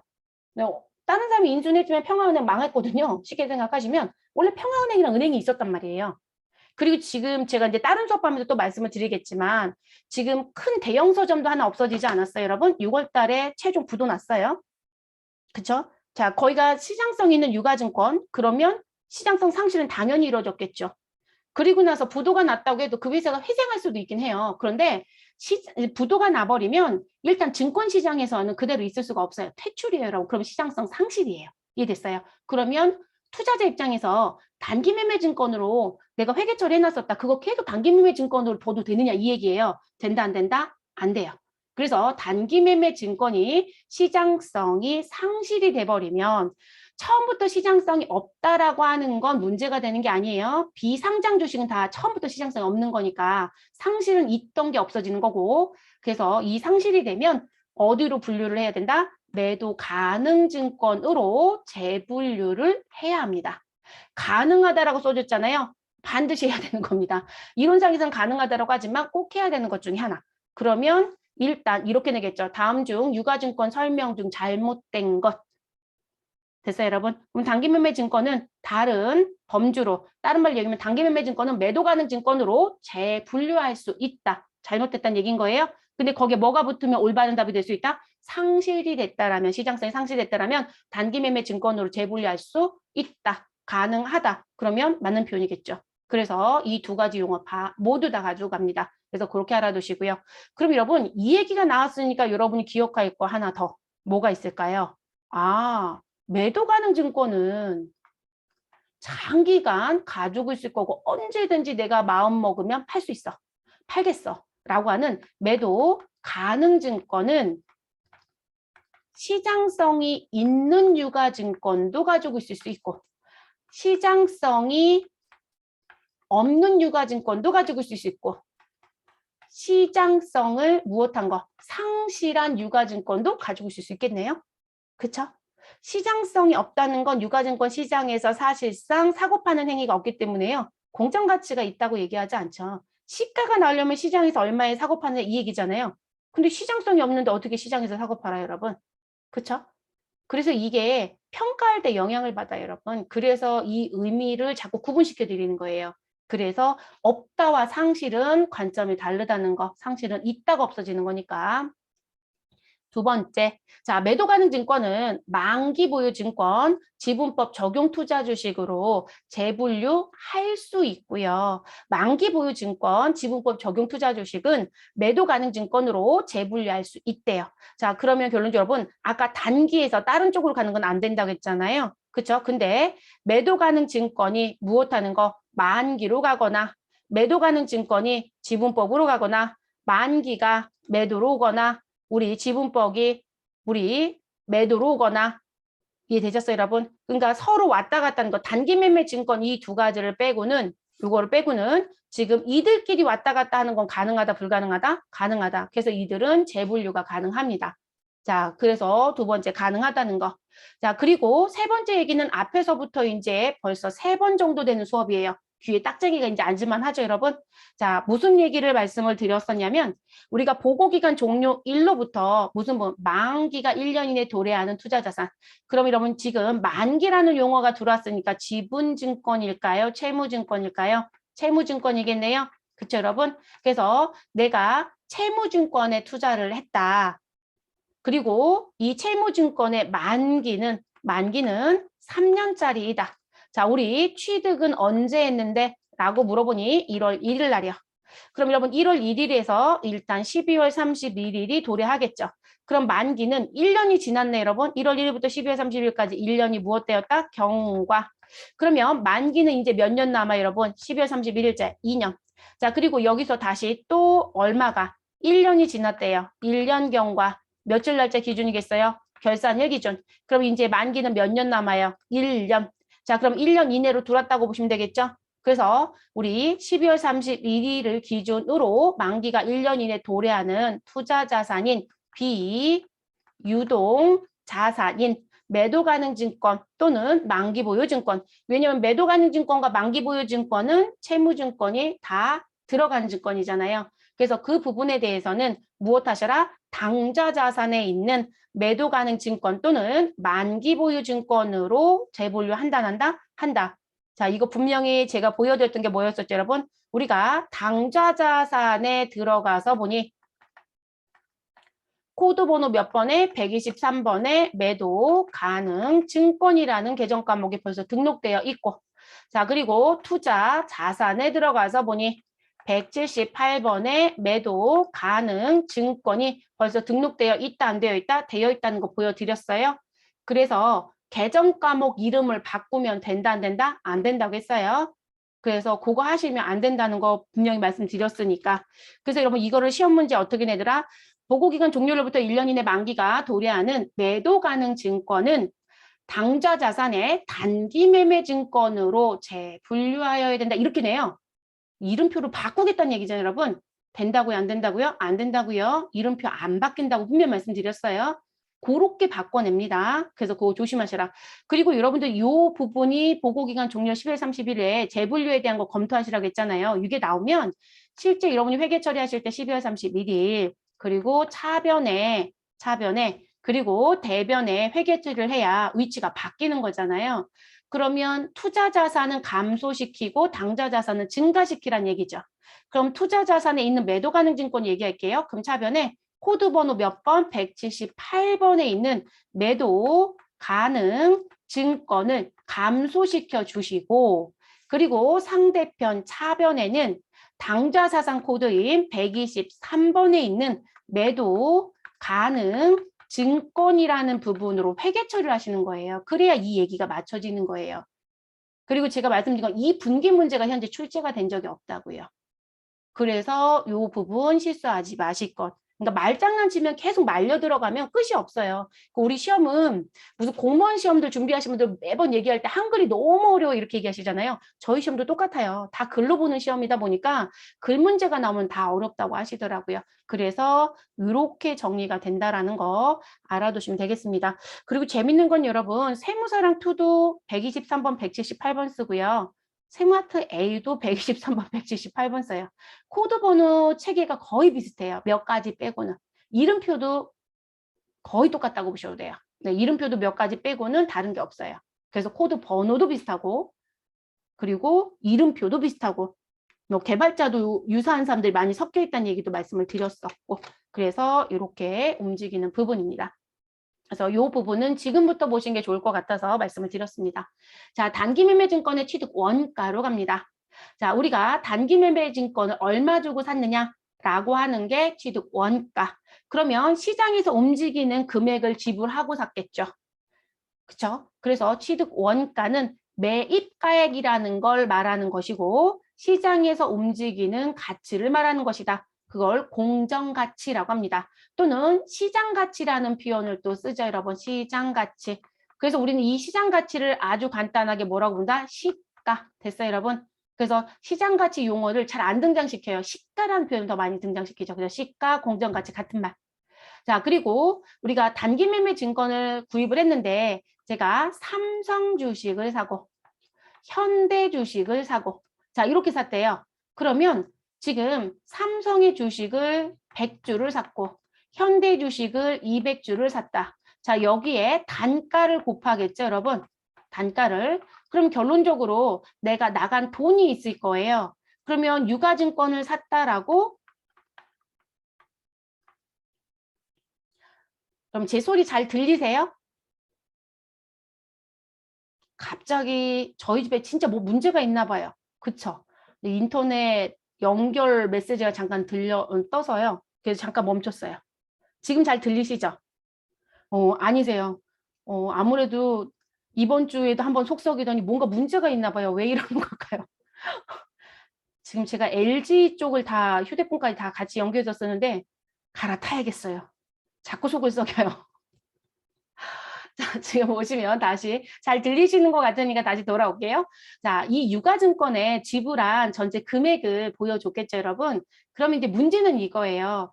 여기에 단가를 곱해서 얼마가 나온 거에 합계를 지불하고 샀을 거예요. 그쵸, 여러분? 그러면 이거 지불하고 샀다라고 놓고 봤었을 때 문제는 100주 샀던 걸 갖고 있다가 한꺼번에 100주를 팔 수도 있고 100주를 사고 그중에 30주를 미리 팔고 나머지 70주는 갖고 있을 수도 있잖아요. 그러면 내가 100원 주고 샀던 애를 뒤에 가서 150원에 팔았다라고 얘기를 했을 땐 나는 이익이 얼마이다? 이익이 50원이다. 이렇게 얘기할 수 있겠죠. 그런데 내가 지금 현재 100원 주고 샀던 주식이 제가 지금 30주는 150원에 팔았고요. 30주는. 나머지 70주는 가지고 있었잖아요. 근데 여전히 100원 주고 샀었던 거겠죠? 근데 이 부분은 팔 때는 오히려 계속 주가가 떨어지고 있어서 내가 더 갖고 있다가는 내가 지불한 돈보다도 더 떨어질 것 같은 거예요. 그래서 손해를 더 이상 보진 말아야 되겠다라고 생각해서 120원에 팔았대요. 그럼 이때는 실질적으로 한 주만 놓고 본다라고 하면 이익이 얼마 여러분? 20원이죠. 됐을까요? 근데 이렇게 단순히 한 번 샀었다라면 상관이 없는데 제가 삼성 주식을 처음에는 100주를 샀어요. 그리고 뒤에 가서 삼성 주식을 또 추가 매입을 또 한 거예요. 그러면 여러분 추가 매입할 때 이렇게 팔 때도 파는 가격이 다른데 살 때도 계속 단가가 똑같을까요? 100원? 아니죠. 여기서도 단가가 계속 올라갈 수도 있고 내려갈 수도 있는 거죠. 그러면 제가 지금 100원 주고 샀던 애 150원에 팔았다. 100원 주고 샀던 애 120원에 팔아서 이익이 이만큼 났다라는 얘기를 하려면 너 얼마 주고 샀던 애 파는 거야? 라는 결정을 해야 되잖아요. 근데 단순히 한 번 샀을 때는 그 고민거리가 없어요. 근데 내가 여러 번 동일 회사 주식이어도 여러 번 샀었다라고 한다면 그 단가가 달라질 거거든요. 거기다가 회사까지 다르다? 그럼 더더군다나. 그리고 여러분 삼성은 또 계열사가 많단 말이에요. 우리는 입 밖으로는 삼성 거 샀다라고 하는데 삼성 전기 걸 샀는지 삼성전자 걸 샀는데 SD 걸 샀는지 어떻게 알아요? 그럼 다 단가가 다르잖아요. 그렇죠?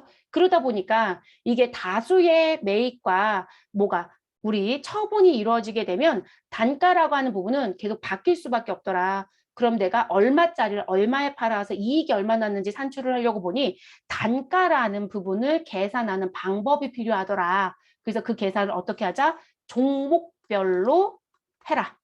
그리고 무슨 법? 총평균법이나 이동평균법을 적용해서 단가를 계산하면 된다. 이렇게 얘기합니다. 자, 총평균법과 이동평균법은 어디서 배울 것이다? 재고자산의 단가 산정 방법에서 배울 겁니다. 그럼 결론적으로 재고자산에서 얼마짜리 단가율이라는 거 계산하는 부분의 원리와 유가증권의 단가를 계산하는 원리가 같다 다르다? 같아요. 다만 우리가 뒤에 재고자산의 그 단가 결정 방법은 후입선출법도 있고 우리가 선입선출법도 있고 총평균법도 있고 이동평균법도 있고 케이스 바이 케이스 건건히 계산하겠다 개별법도 있고 뭐 여러 가지 방법이 있거든요. 근데 그중에 누구를 적용해서 쓴다는 거예요? 총평균과 이동평균법을 쓴다는 거예요. 그러니까 선입이나 후입은 안 쓴다는 거죠. 이해되셨어요? 그래서 요 부분. 그래서 요런 얘기가 있고요. 요거는 이론상 계산 문제로 출제하는 경우들이 있습니다. 용어도 등장을 시키지만. 자, 그리고 우리가 자산을 취득하는 과정에서는 들어가는 돈이 있다. 그럼 여러분 우리가 주식들이 막 붐처럼 불면서요. 광고했던 게 뭐가 있을까요? 고객님, 저희 쪽에 들어와서 가입하시고 주식 거래를 하시면 수수료가 평생 공짜입니다. 이런 광고 보신 적 있잖아요, 여러분? 그럼 우리가 회사에서도 그 거래를 할 거잖아요. 그러면 우리는 발생되는 수수료가 있다, 없다? 있죠, 여러분? 그럼 그런 걸 이렇게 얘기합니다. 내가 무엇을 사는데, 여러분 단기매매 증권은 자산인 거죠. 자산을 취득하는데 뭐가 발생되더라? 비용이 발생이 되더라. 무슨 비용? 우리 수수료 등의 비용이. 그러면 그 부분은 어떻게 할 거냐라 문제가 생기겠죠. 그런데 단기매매 증권만 제가 분명히 만자 붙였어요, 여러분. 만자를 붙였다는 건 얘만이에요. 이 단기매매 증권만 취득하는 과정 중에 발생되는 부대 비용이 있었다라면 이거를 다른 말로 얘기하면 취득, 수수료 등이라고도 합니다. 취득, 수수료 또는 취득, 부대 비용이라고도 얘기할 수 있고요. 그래서 그런 부분은 무엇한다? 영업의 비용으로 처리한다라고 아예 결론이 내져 있습니다. 자, 그리고 영업의 비용에 계정 과목은 뭐로 쓴다? 수수료 비용으로 쓰시고 끝내시면 됩니다. 이것도 이름표가 정해져 있습니다. 그러면 이제 우리 문제는 이거죠. 여러분 앞에서 수업할 때 우리가 계정 과목 나열을 했었어요. 판매비와 관리비에도 수수료 비용이 있었다 없었다? 판관비에 지금 제가 물어보는 건 수수료 비용이라는 계정 과목이 있었느냐 없었느냐 그거 묻는 거예요. 있었다 여러분. 자, 그리고 우리 공장에서 발생되는 걸 제조 원가로 분류한다고 했어요. 자, 이쪽에도 수수료 비용이 있다 없다? 있다예요. 자, 근데 지금 영업의 비용에도 뭐가 있다고 얘기해요? 수수료 비용이 있다라고 얘기하는 거죠. 그러면 우리는 제조업을 하고 있으면 수수료 비용이 지금 3개가 들어온다는 얘기네요. 자, 근데 여러분이 회계 처리할 때 판매비와 관리비 또는 제조원가에 있는 수수료 비용 쓰면 된다, 안 된다? 안 된다는 거예요. 왜냐면 판매비와 관리비나 제조원가는 사업자 등록증에 있는 업과 관련돼서 등장하는 애들이죠. 다만 공장에서 발생된 비용이냐, 사무실에서 발생된 비용이냐 그 분류만 하는 거예요. 처음부터 손익계산서를 보낼 거냐, 아니면 원가명세서 갔다가 올 거냐 이걸 구분하는 거란 말이에요. 근데 영업의 비용은 사업과 관련이 있다 없다? 없죠. 여러분 유가증권에 투자를 했어요. 그리고 내가 이익이 생겼는지 손실이 생겼는지 그런 걸 가지고 먹고 살 거예요. 그건 여러분 은행에서 하겠죠. 또는 우리 왜 종금사라고 하잖아요. 종합금융사 그런 애들이 하겠죠. 또는 증권사들이 하는 일이잖아요. 그들은 돈놀이를 해서 돈을 가지고 빌려주고 내가 투자한 거에서 이익을 벌어서 먹고 사는 회사예요.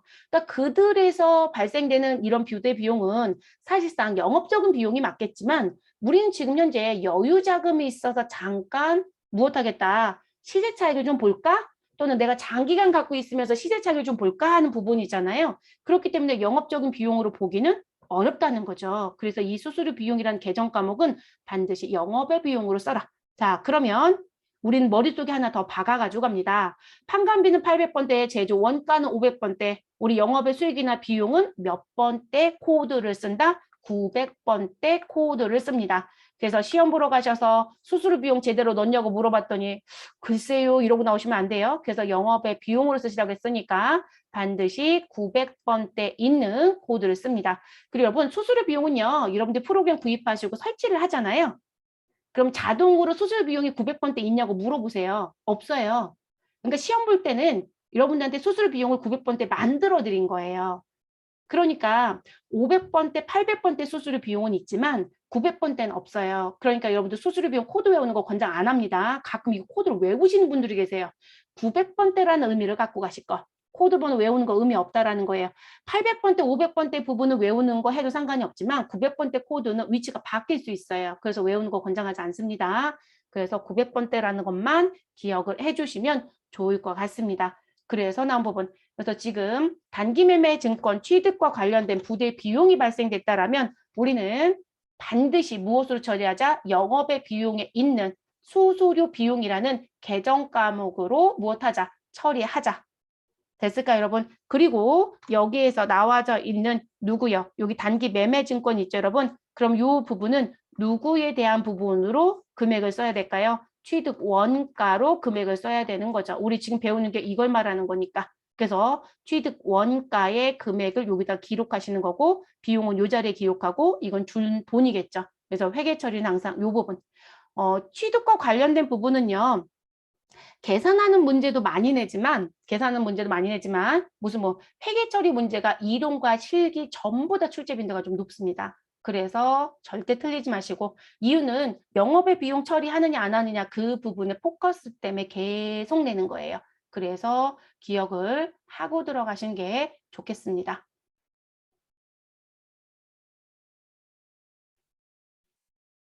자, 지금 보라색 박스 연결해서 할게요, 여러분. 우리가 이제 단기매매 증권 취득과 관련된 부대 비용 얘기할 때 단기매매 증권만이라는 용어를 분명히 붙여드렸었어요.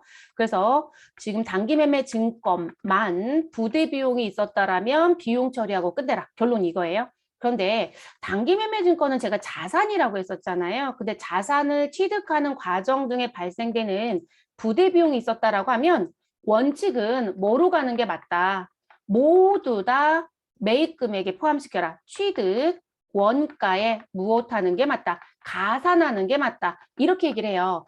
그러면 가산한다는 표현은 취득 원가가 아까 제가 단기매매증권 옆에 여기에 들어오는 금액이 취득 원가입니다. 매입 원가입니다. 매입 금액입니다. 이렇게 표현해 드렸잖아요.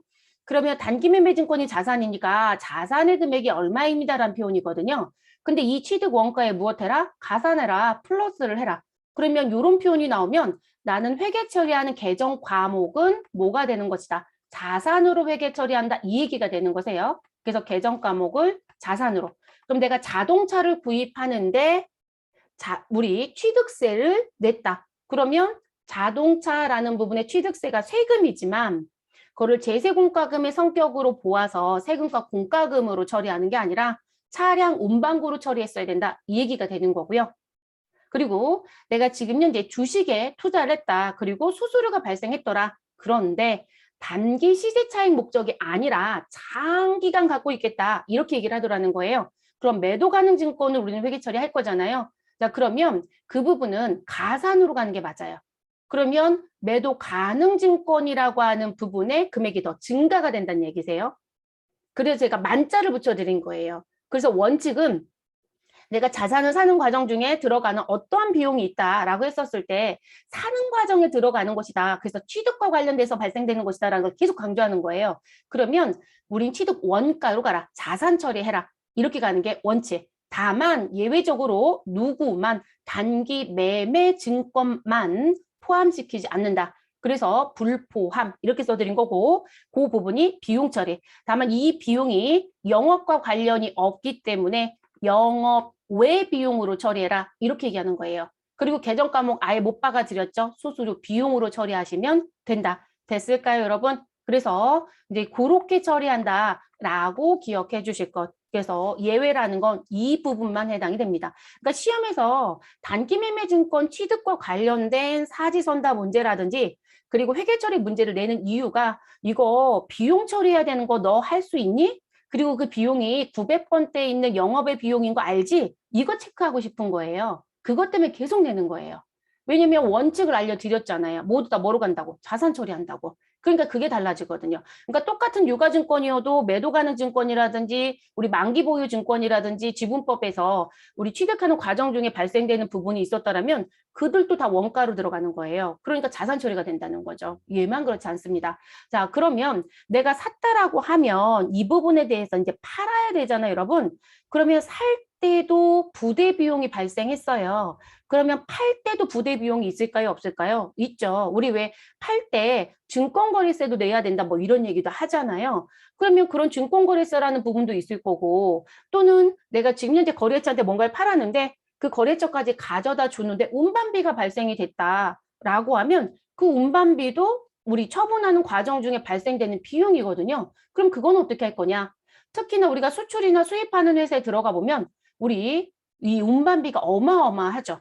왜냐면 수출 수입한다라고 하면 내 거래처가 해외에 있다는 얘기잖아요. 그럼 수입하는 과정 중에 발생되는 운반비는 상품이나 원재료가 돼야 되겠죠? 근데 우리가 처분할 때도 팔 때도 매각할 때도 판매할 때도 발생되는 운반비가 있더라. 그러면 그건 어떻게 갈 거냐라는 거예요. 그게 지금 여기서 구분하는 거예요.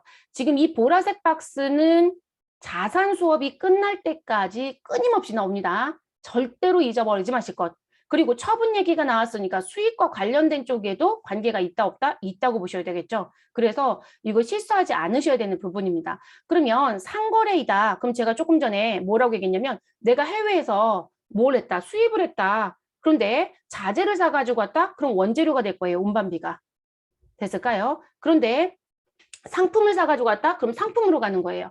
근데 여러분 제가 상품을 사다가 마진만 붙여서 무엇 할 수도 있어요. 팔 수도 있죠. 해외에 팔 수도 있고 국내에 팔 수도 있는 거잖아요.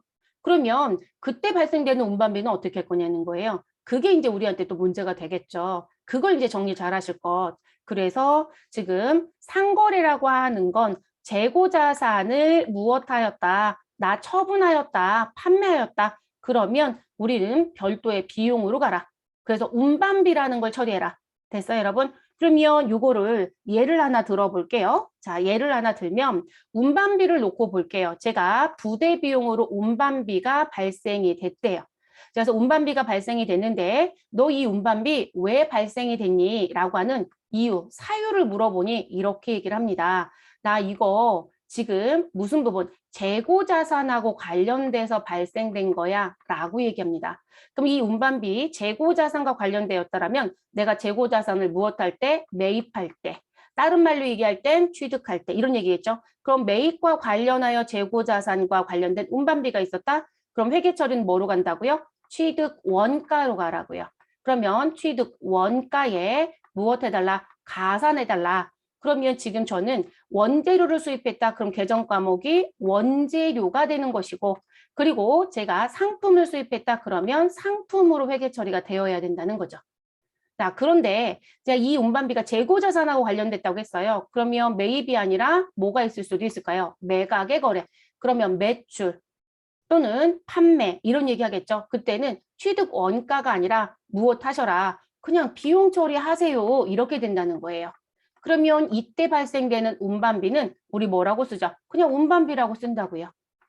그러면 지금 상품을 판매하는 과정 중에 거래처까지 가져다주는 운반비가 발생했다? 그럼 판매비와 관리비의 운반비 됐어요, 여러분? 이렇게 가셔야 돼요.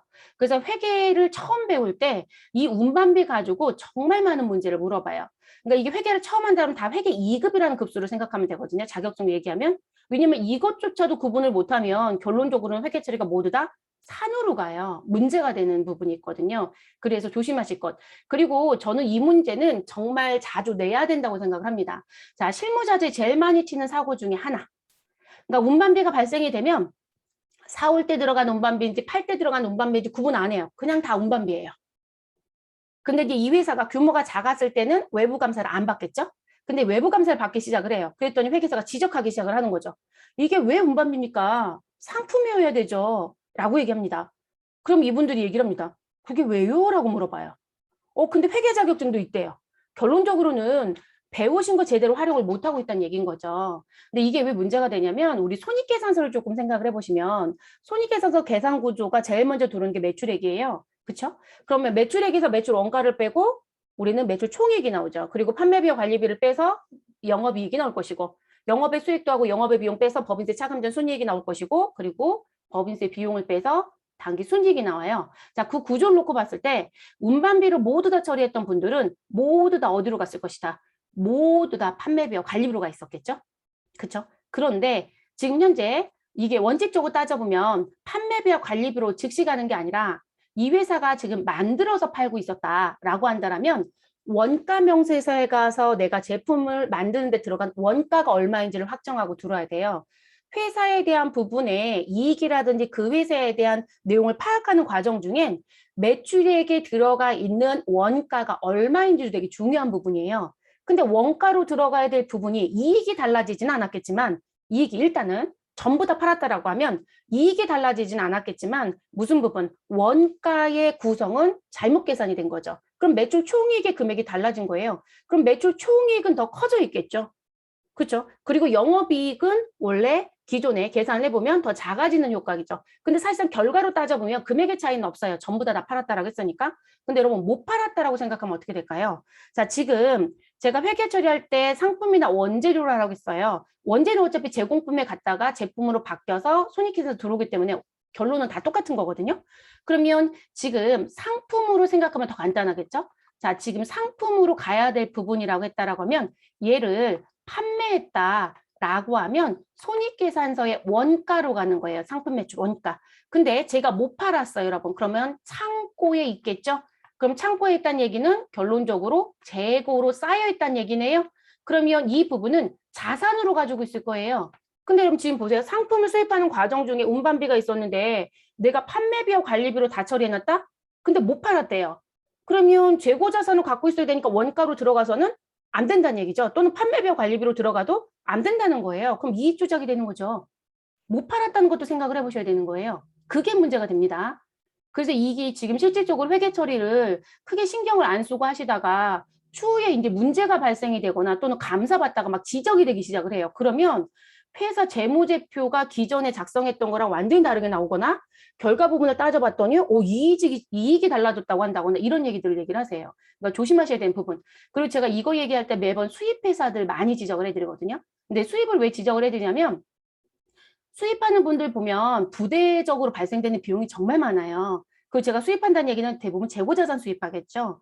그러면 수입하는 과정 중에 발생되는 걸 봤더니 해외에서 국내까지 들어오는 운반비를 내가 부담했다? 그럼 전 운반비가 또 나갔겠죠. 그리고 통관하는 데 들어가는 부대 비용이 또 있어요. 무슨 통관 수수료, 관세도 내야 되고 각종 내용들이 많아요. 근데 그걸 모두 다 비용 처리했다? 그러면 상품으로 잡혀야 되는 금액이 처음부터 다 비용으로 들어갔다는 얘기죠. 근데 못 팔았어요? 그럼 자산으로 들어가고 비용이 줄어야 되는데 안 줄었다는 얘기죠. 그럼 누가 해결하실 거예요? 그거 뒤에 감사 때도 회계 감사자들이 1차적으로 먼저 즉발을 하지만 세무조사 때도 그게 걸리면 모두 다 이익 조작인 거예요. 100% 이익 조작으로 볼 수밖에 없어요. 회계 처리를 잘못했네 잘했네는 세무조사관이 따지지 않아요.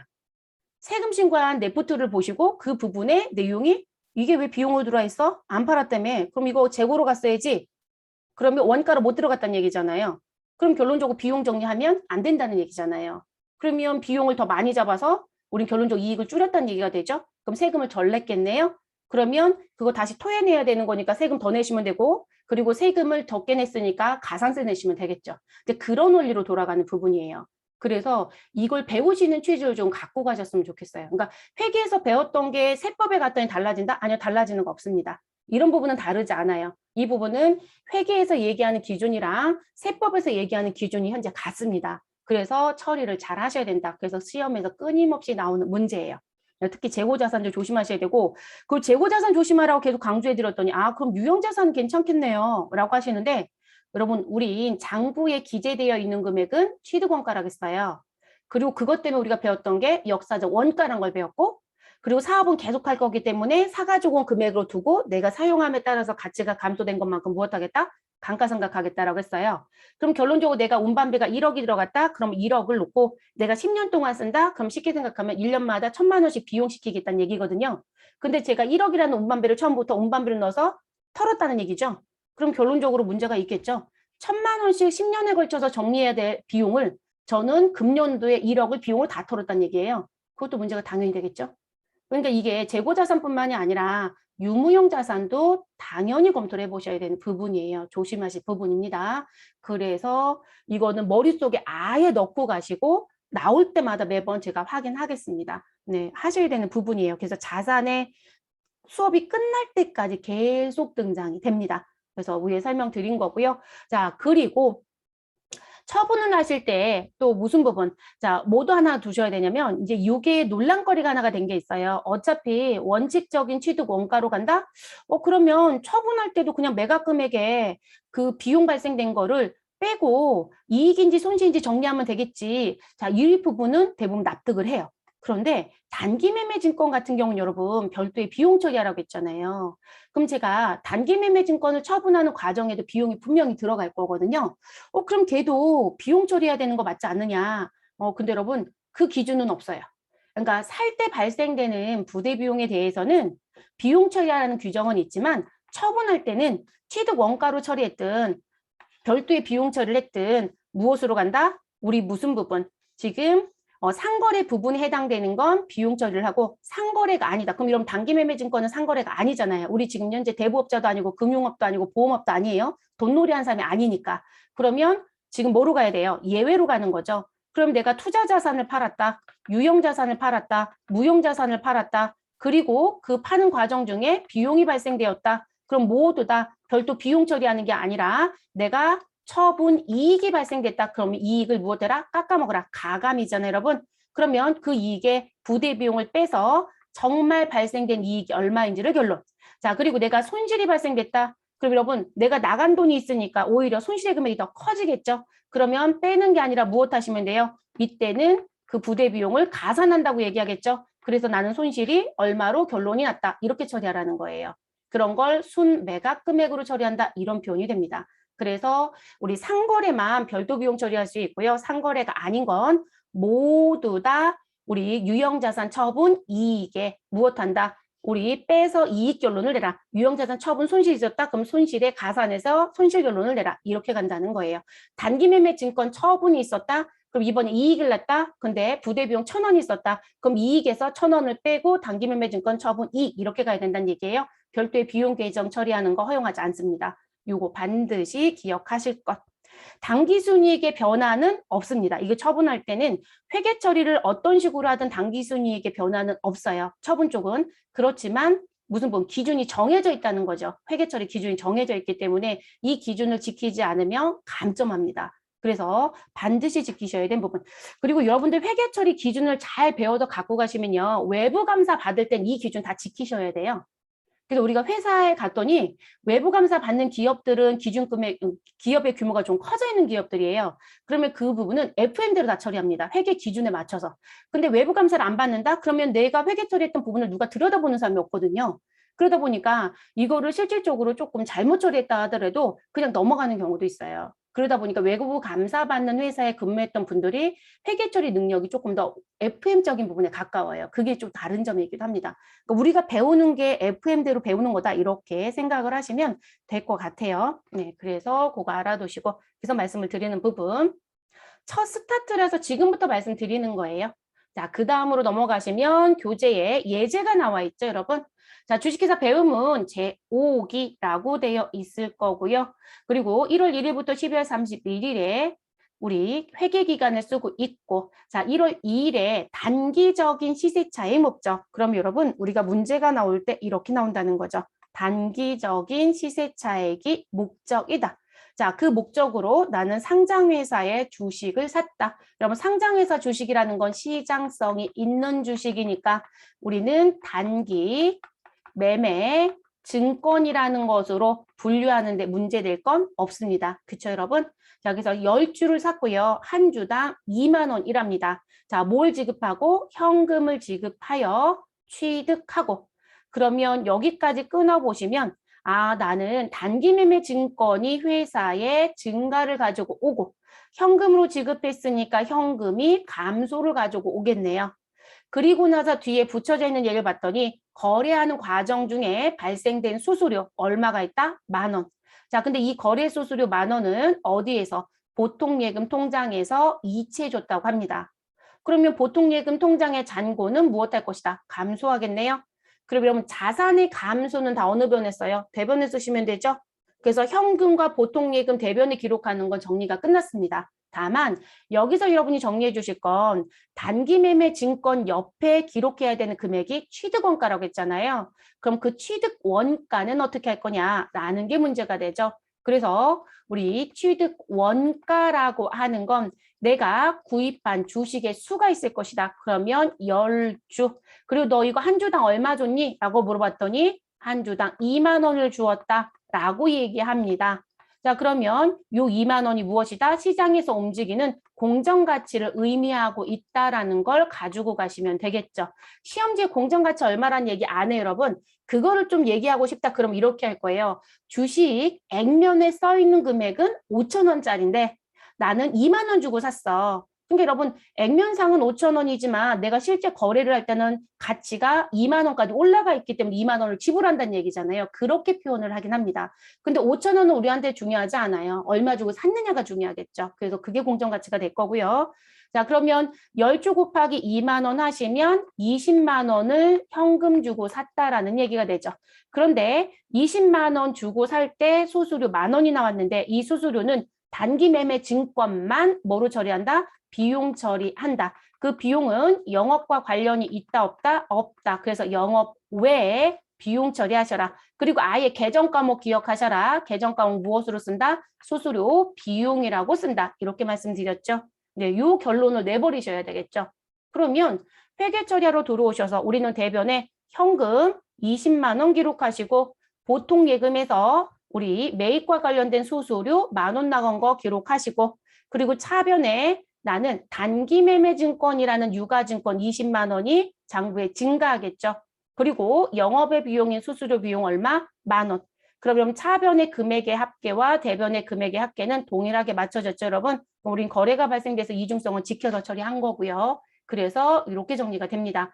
자, 반드시 기억할 건 별도의 비용 처리를 한다. 그래서 취득원가에 포함시키지 않습니다라는 걸 꼭 기억해 주셔야 되는 부분. 요건 실제 전산실무 문제로도 출제가 되고요. 요거 그대로 어디에도 출제가 되고 사지선다에서 찾는 문제로도 출제가 돼요, 여러분. 네, 그대로. 자, 그리고 이제 단기 매매 증권을 가지고 있다라고 하면 우리는 뭘 받을 수 있는 권리가 있다. 이자를 받을 수 있는 권리가 있다. 이렇게들 얘기를 하죠, 여러분. 네, 그게 보유 시 배당금을 받거나 이자를 수령했다라는 부분입니다. 그럼 여러분, 배당금은 내가 무슨 증권을 가지고 있었을 때, 지분증권, 우리 주식을 가지고 있어야만 배당을 받을 수 있는 거죠. 자, 그리고 이자라고 하는 건 우리 채권이라는 게 있었죠, 여러분. 네, 채무증권. 네, 그거 가지고 있을 때 이자를 받을 수 있는 권리가 생기죠. 근데 배당이라고 하는 건 회사가 이익이 나지 않는 한 배당이 들어오지는 않아요. 근데 채권이라고 얘기했던 채무증권 같은 경우는 약정된 날짜에 약정된 이자에 맞춰서 따박따박 내가 받을 수 있는 이자가 들어오게 됩니다. 그게 이제 좀 다른 점이라고 보시면 될 것 같고요. 그러면 첫 번째 부분에 보시면 제가 현금 배당을 수령했다. 자, 이 얘기는 내가 지금 지분증권에 투자를 했다라고 하면 우리 투자한 회사에서 배당을 주겠다고 저희한테 연락을 하겠죠. 그래서 그 배당금을 줄 건데요. 이 배당금을 줄 수 있는 방법, 형태를 들어가서 봤더니 무슨 부분? 우리는 돈으로 줄게요. 라고 하는 현금 배당금이 있고요. 현금 배당금. 자, 그리고 우리 상대편이 얘기할 때, 아, 우리 이번에는요, 현금 배당이 아니라 주식의 배당을 줄게요. 라고도 할 수 있어요. 그러니까 여러분 지금 제가 투자를 하는 사람이고 피투자 회사에서 이렇게 주겠다고 결정을 한 거잖아요. 그렇죠? 그러면 현금 배당을 하게 되면 우리는 돈을 받을까요? 안 받을까요? 그냥 쉽게. 얘는 돈을 받음이 되겠죠. 그렇죠, 여러분? 근데 여러분 주식을 배당받는다고 하면 제가 돈이 들어오나요? 제 수중에? 여러분 이 경우에는요. 돈이 들어오진 않죠. 돈이 들어오진 않고요. 누가 내 수중에 들어와요? 주식이 들어오는 거예요. 근데 주식이 들어오긴 했어요. 그럼 주식은 재산적 가치가 있는 증서이니까 유가증권이 더 늘어난 건 맞아요. 그런데 여러분 제가 돈이 나간 적은 없잖아요. 그러다 보니까 회계 처리를 하려고 보니까 회계 처리가 안 돼요. 받는 사람 입장에서는. 그래서 뭐라고 얘기냐면 배당을 놓고 봤을 때 배당을 주는 사람이 있을 것이다. 그렇죠, 여러분? 그래서 우리 주는 자와 받는 자로 제가 이렇게 쓸게요. 그래서 주는 자. 그럼 주는 자 입장에서는 뭘까요? 자본이라는 의미로 가지고 있는 사람이겠죠. 자, 그리고 받는 자라는 사람. 우린 지금 받는 자 수업하는 거죠, 여러분. 자, 받는 자라고 하면 우리는 무엇일 것이다? 투자 자산의 성격으로 가시면 되겠죠. 그러면 이 부분은 단기 투자 자산이든 아니면 비유동부채의 투자 자산이든 다 똑같아요. 투자 자산의 성격. 자, 이렇게 됐을 때 지금 현금 배당이다 라고 얘기를 합니다. 그러면 현금 배당이었을 땐 자본의 성격으로 갖고 있는 사람은 현금 배당을 지급하게 되면 회계 처리를 하느냐 이 얘기하고 싶은 거예요. 회계 처리가 있다 없다? 있다예요. 그러면 받는 사람도 회계 처리를 해야 되느냐? 내 수중에 돈 들어오죠, 여러분? 그리고 걔는 영업과 관련이 없다라는 수익으로 처리하면 되거든요. 그러니까 받는 사람도 현금 배당에 대해서는 회계 처리를 한다 안 한다? 합니다. 자, 그 부분이 이렇게 처리하는 거예요. 차변에 돈을 받았고 대변에 배당금 수익이라고 하는 영업 외에 수익으로 처리해 주시면 된다. 이렇게 가는 부분이에요. 됐을까요, 여러분? 그래서 이렇게 처리하는 거고요.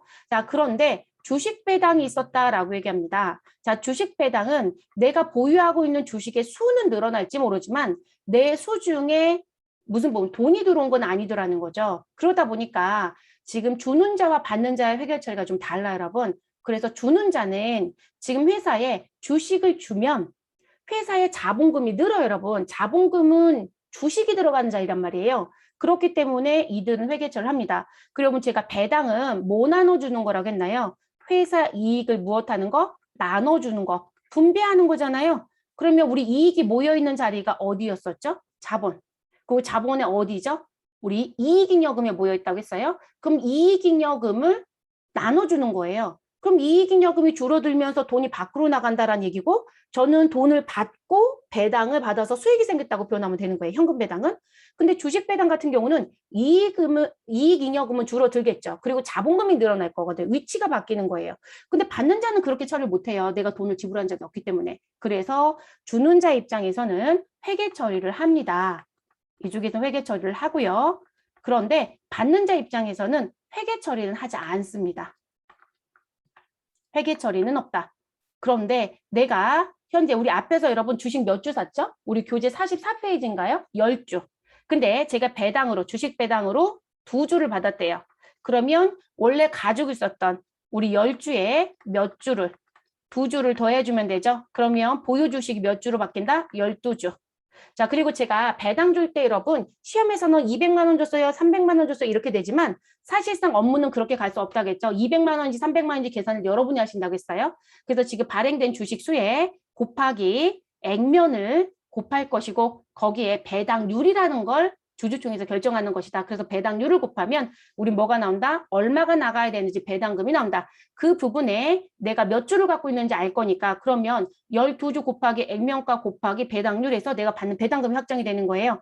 그럼 제가 배당을 받을 수 있는 권리가 몇 주가 더 늘어요? 2주가 더 늘었잖아요. 이해됐어요, 여러분? 그래서 이제 12주로 바꿔놓는 걸 할 거고요. 그리고 그 다음 저희 10주를 앞에 예지 문제를 풀 때 한 주당 2만 원 주고 샀어요. 그래서 10주와 관련돼서 나간 돈은 얼마였었다? 이 10주와 관련된 돈은 이 부분과 관련된 돈은 20만 원이었죠, 여러분? 그럼 제가 20만 원을 투자해서 결론적으로 몇 주를 갖고 있는 꼴이 돼요? 12주를 갖고 있는 꼴이 되죠.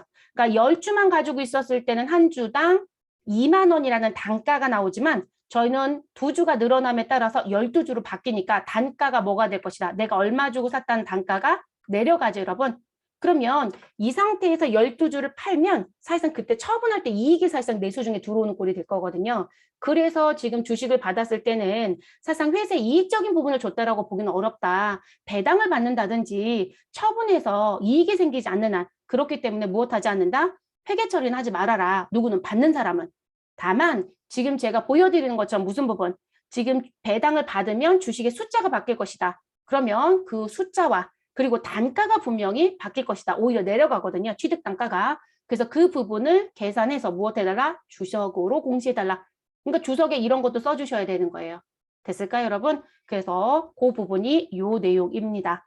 그리고 이건 또 어디 가서 배울 것 같아요, 여러분? 제가 여기다 왜 자본회화 썼을까요? 자본회 가면 이런 배당을 다시 배워야죠. 주는 사람 회계처리는 한 적이 없잖아요, 여러분. 그렇죠? 그럼 제가 이제 자본에 가서 주는 사람 회계처리 얘기할 때 무슨 얘기를 할까요? 그럼 받는 사람은 배우셨어요? 라고 얘기하겠죠. 어디서요? 유가증권 수업할 때요. 그렇게 연결되는 부분이에요. 그리고 우리가 배당을 줄 때 제가 세금 얘기를 잠깐 할 거예요. 그 얘기해드리면 잘 써서 가져갑니다. 시험하고는 관계가 없을 거고요. 이유는 요즘엔 비상장 회사도 배당하는 회사가 꽤 많습니다. 그러니까 여러분 세금 신고할 때 어떻게 돌아가고 어떻게 정리하는지 모르시면 또 회계 처리가 산으로 가겠죠. 그래서 반드시 가지고 가셔야 될 거예요. 시험이 되게 쉽게 나와요, 여러분. 이런 쪽들은. 자, 그래서 노란색 글씨 기억하셔야 됩니다. 사지선대 자주 나와요. 그래서 회계 처리는 하지 말아라. 그리고 주식의 수량과 우리 단가를 새로이 계산해서 주석으로 공시를 해줘야 한다. 이렇게 얘기를 합니다. 됐을까요? 그리고 여기 여러분 높아심에 하나 말씀을 드릴게요. 우리 여러분 배당을 주겠다고 결정을 했어요. 회사에서. 그러면 즉시 돈을 줄까요? 여러분 그냥 생각을 해보시면. 오늘 주주총회 하는 날이에요. 그럼 주주들이 쫙 앉아있겠죠? 그리고 거기서 배당 얼마 주겠다고 결정을 받어요? 그러면 주주님들 기다리세요 라고 하고 거기서 배당을 다 나눠줄까요? 아니면 즉시 그날 통장을 다 쏠까요? 절대 그러지 못해요. 그쵸? 근데 우리 시험 문제는요. 배당을 즉시 받은 것처럼 처리하라고 시험 문제가 나와요. 업무는 그러지 못해요, 여러분. 그래서 일반적으로 업무상에서는 이제 요건 아래쪽 건 다 썼을 것 같으니까 지울게요, 여러분. 지금 설명드린 건 업무 부분입니다. 자, 지금 상대편 P투자 회사에서 배당금 통지서가 올 겁니다. 얼마 결의가 됐다고. 그리고 제가 주주총회 참석 안 해도요. 우리 소액주주들은 참석 안 하신 분도 되게 많아요. 그러면 배당금 통지가 오면 결정이 끝났다는 얘기거든요. 그럼 이게 통지를 받으면 나는 권리가 생겼다 안 생겼다? 생긴 거예요. 근데 당장 돈이 들어오지는 않는단 말이에요. 그러면 이 통지서를 받았다는 얘기는 확정이 됐다고 했으니까 배당이 확정된 시점으로 수익이 생겼다고 보는 게 맞아요. 그게 지금 저희 뒤에 가면 수익과 비용이라고 하는 단락에 가면 수익을 인식하는 기준이 있다는 걸 배울 거예요. 그 수익이 인식하는 기준에 영업수익이든 영업 외 수익이든 수익이 장부에 올라와 있어야 돼요. 그러면 저는 받을 권리가 생겼다고 통지를 받았으니 대변에는 뭐라고 써주고 지금처럼 똑같습니다. 배당금 수익이라고 써서 장부에 올려줍니다. 손익계산서에 간다는 얘기죠. 자, 그리고 저 당장 돈 받았다고요? 못 받았다고요? 못 받았다고요. 일정 기간 뒤에 돈이 들어와요? 그럼 저는 못 받은 돈이니까 뭐라고 쓴다? 여러분, 우리 돈을 받는 행위가 수금하는 행위라겠죠? 그런데 못 받았으니까 아직 미자 붙이면 되죠? 그래서 미수금. 자, 이렇게 처리를 합니다. 자, 시험은 이런 문제는 없어요. 시험은 모두 다 답이 정해져 있어요. 왜 이렇게 내는지는 알 수는 없지만 우리는 준 대로 그냥 갑니다. 그래서 다 즉시 받고 있어요. 근데 업무는 이렇게 못 간다는 거예요. 그러면 이렇게 해서 장부에 올려주고요. 그리고 일정 기간 뒤에 이 배당금이 무엇 될 것이다? 입금이 되겠죠. 우리는 실질적으로 다 대부분 통장 계좌로 다 들어옵니다. 그러면 내가 못 받았던 돈에 대해서 입금을 받았으니까 차변에 있었던 미수금이라는 자산을 무엇 하시면 돼요? 줄여주시면 되겠죠. 이런 걸 상계한다. 자, 그래서 미수금을 상계합니다. 그리고 우리 상대편 차변에는 무엇 했을 것이다? 통장으로 돈이 들어오겠죠, 여러분. 그러면 뭐라고 쓰시면 될까요? 보통예금으로 돈 받았어요 라고 써주시면 되겠죠.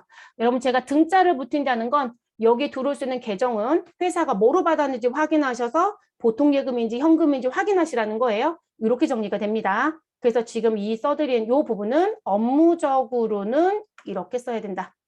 그러면 왜 책에 안 쓰냐고 물어보시는데요. 책에는 쓸 수가 없어요. 우리 책 수험서예요, 여러분. 그쵸? 아, 시험에서 그렇게 내고 있지 않잖아요. 즉시 받는 것처럼 내는데. 그리고 뒤에 가서 수익 비용에서 인식에서는 그렇게 인식하지 않는다고만 얘기를 해요. 방법은 없어요. 시험에 그렇게 내는 걸 저희가 뒤집어 갈 수는 없습니다. 더 재밌는 건 AT도 이렇게 내고 있다라는 거. 통지서가 들어왔으면 미수금을 잡았다고 들었는데 그렇게 하지를 않고 있어요. 그래서 우리 현재 시중에 있는 시험은 다 즉시 받는 거로 거론되고 있다. 이렇게 보시면 될 것 같습니다.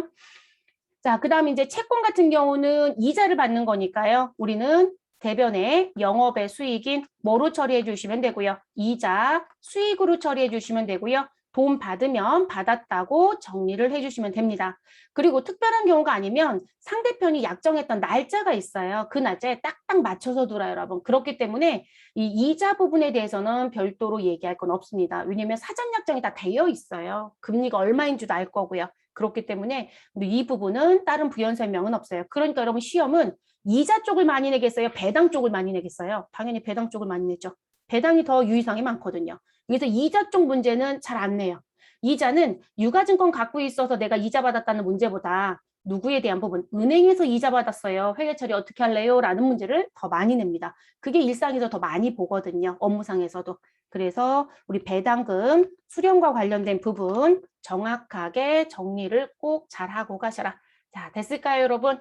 이렇게 해서 우리 유가증권 관련된 부분에 취득 원가와 그리고 보유 중에 발생되는 우리 회계 처리 그리고 우리 분류는 어떻게 할 거냐, 계정 과목 어떻게 할 거냐, 장부에 어떻게 들어야 되냐라는 얘기까지 모두 마무리했습니다. 자, 바로 아래쪽에 있는 평가라는 부분으로 다음 강좌에서 이어서 하겠습니다.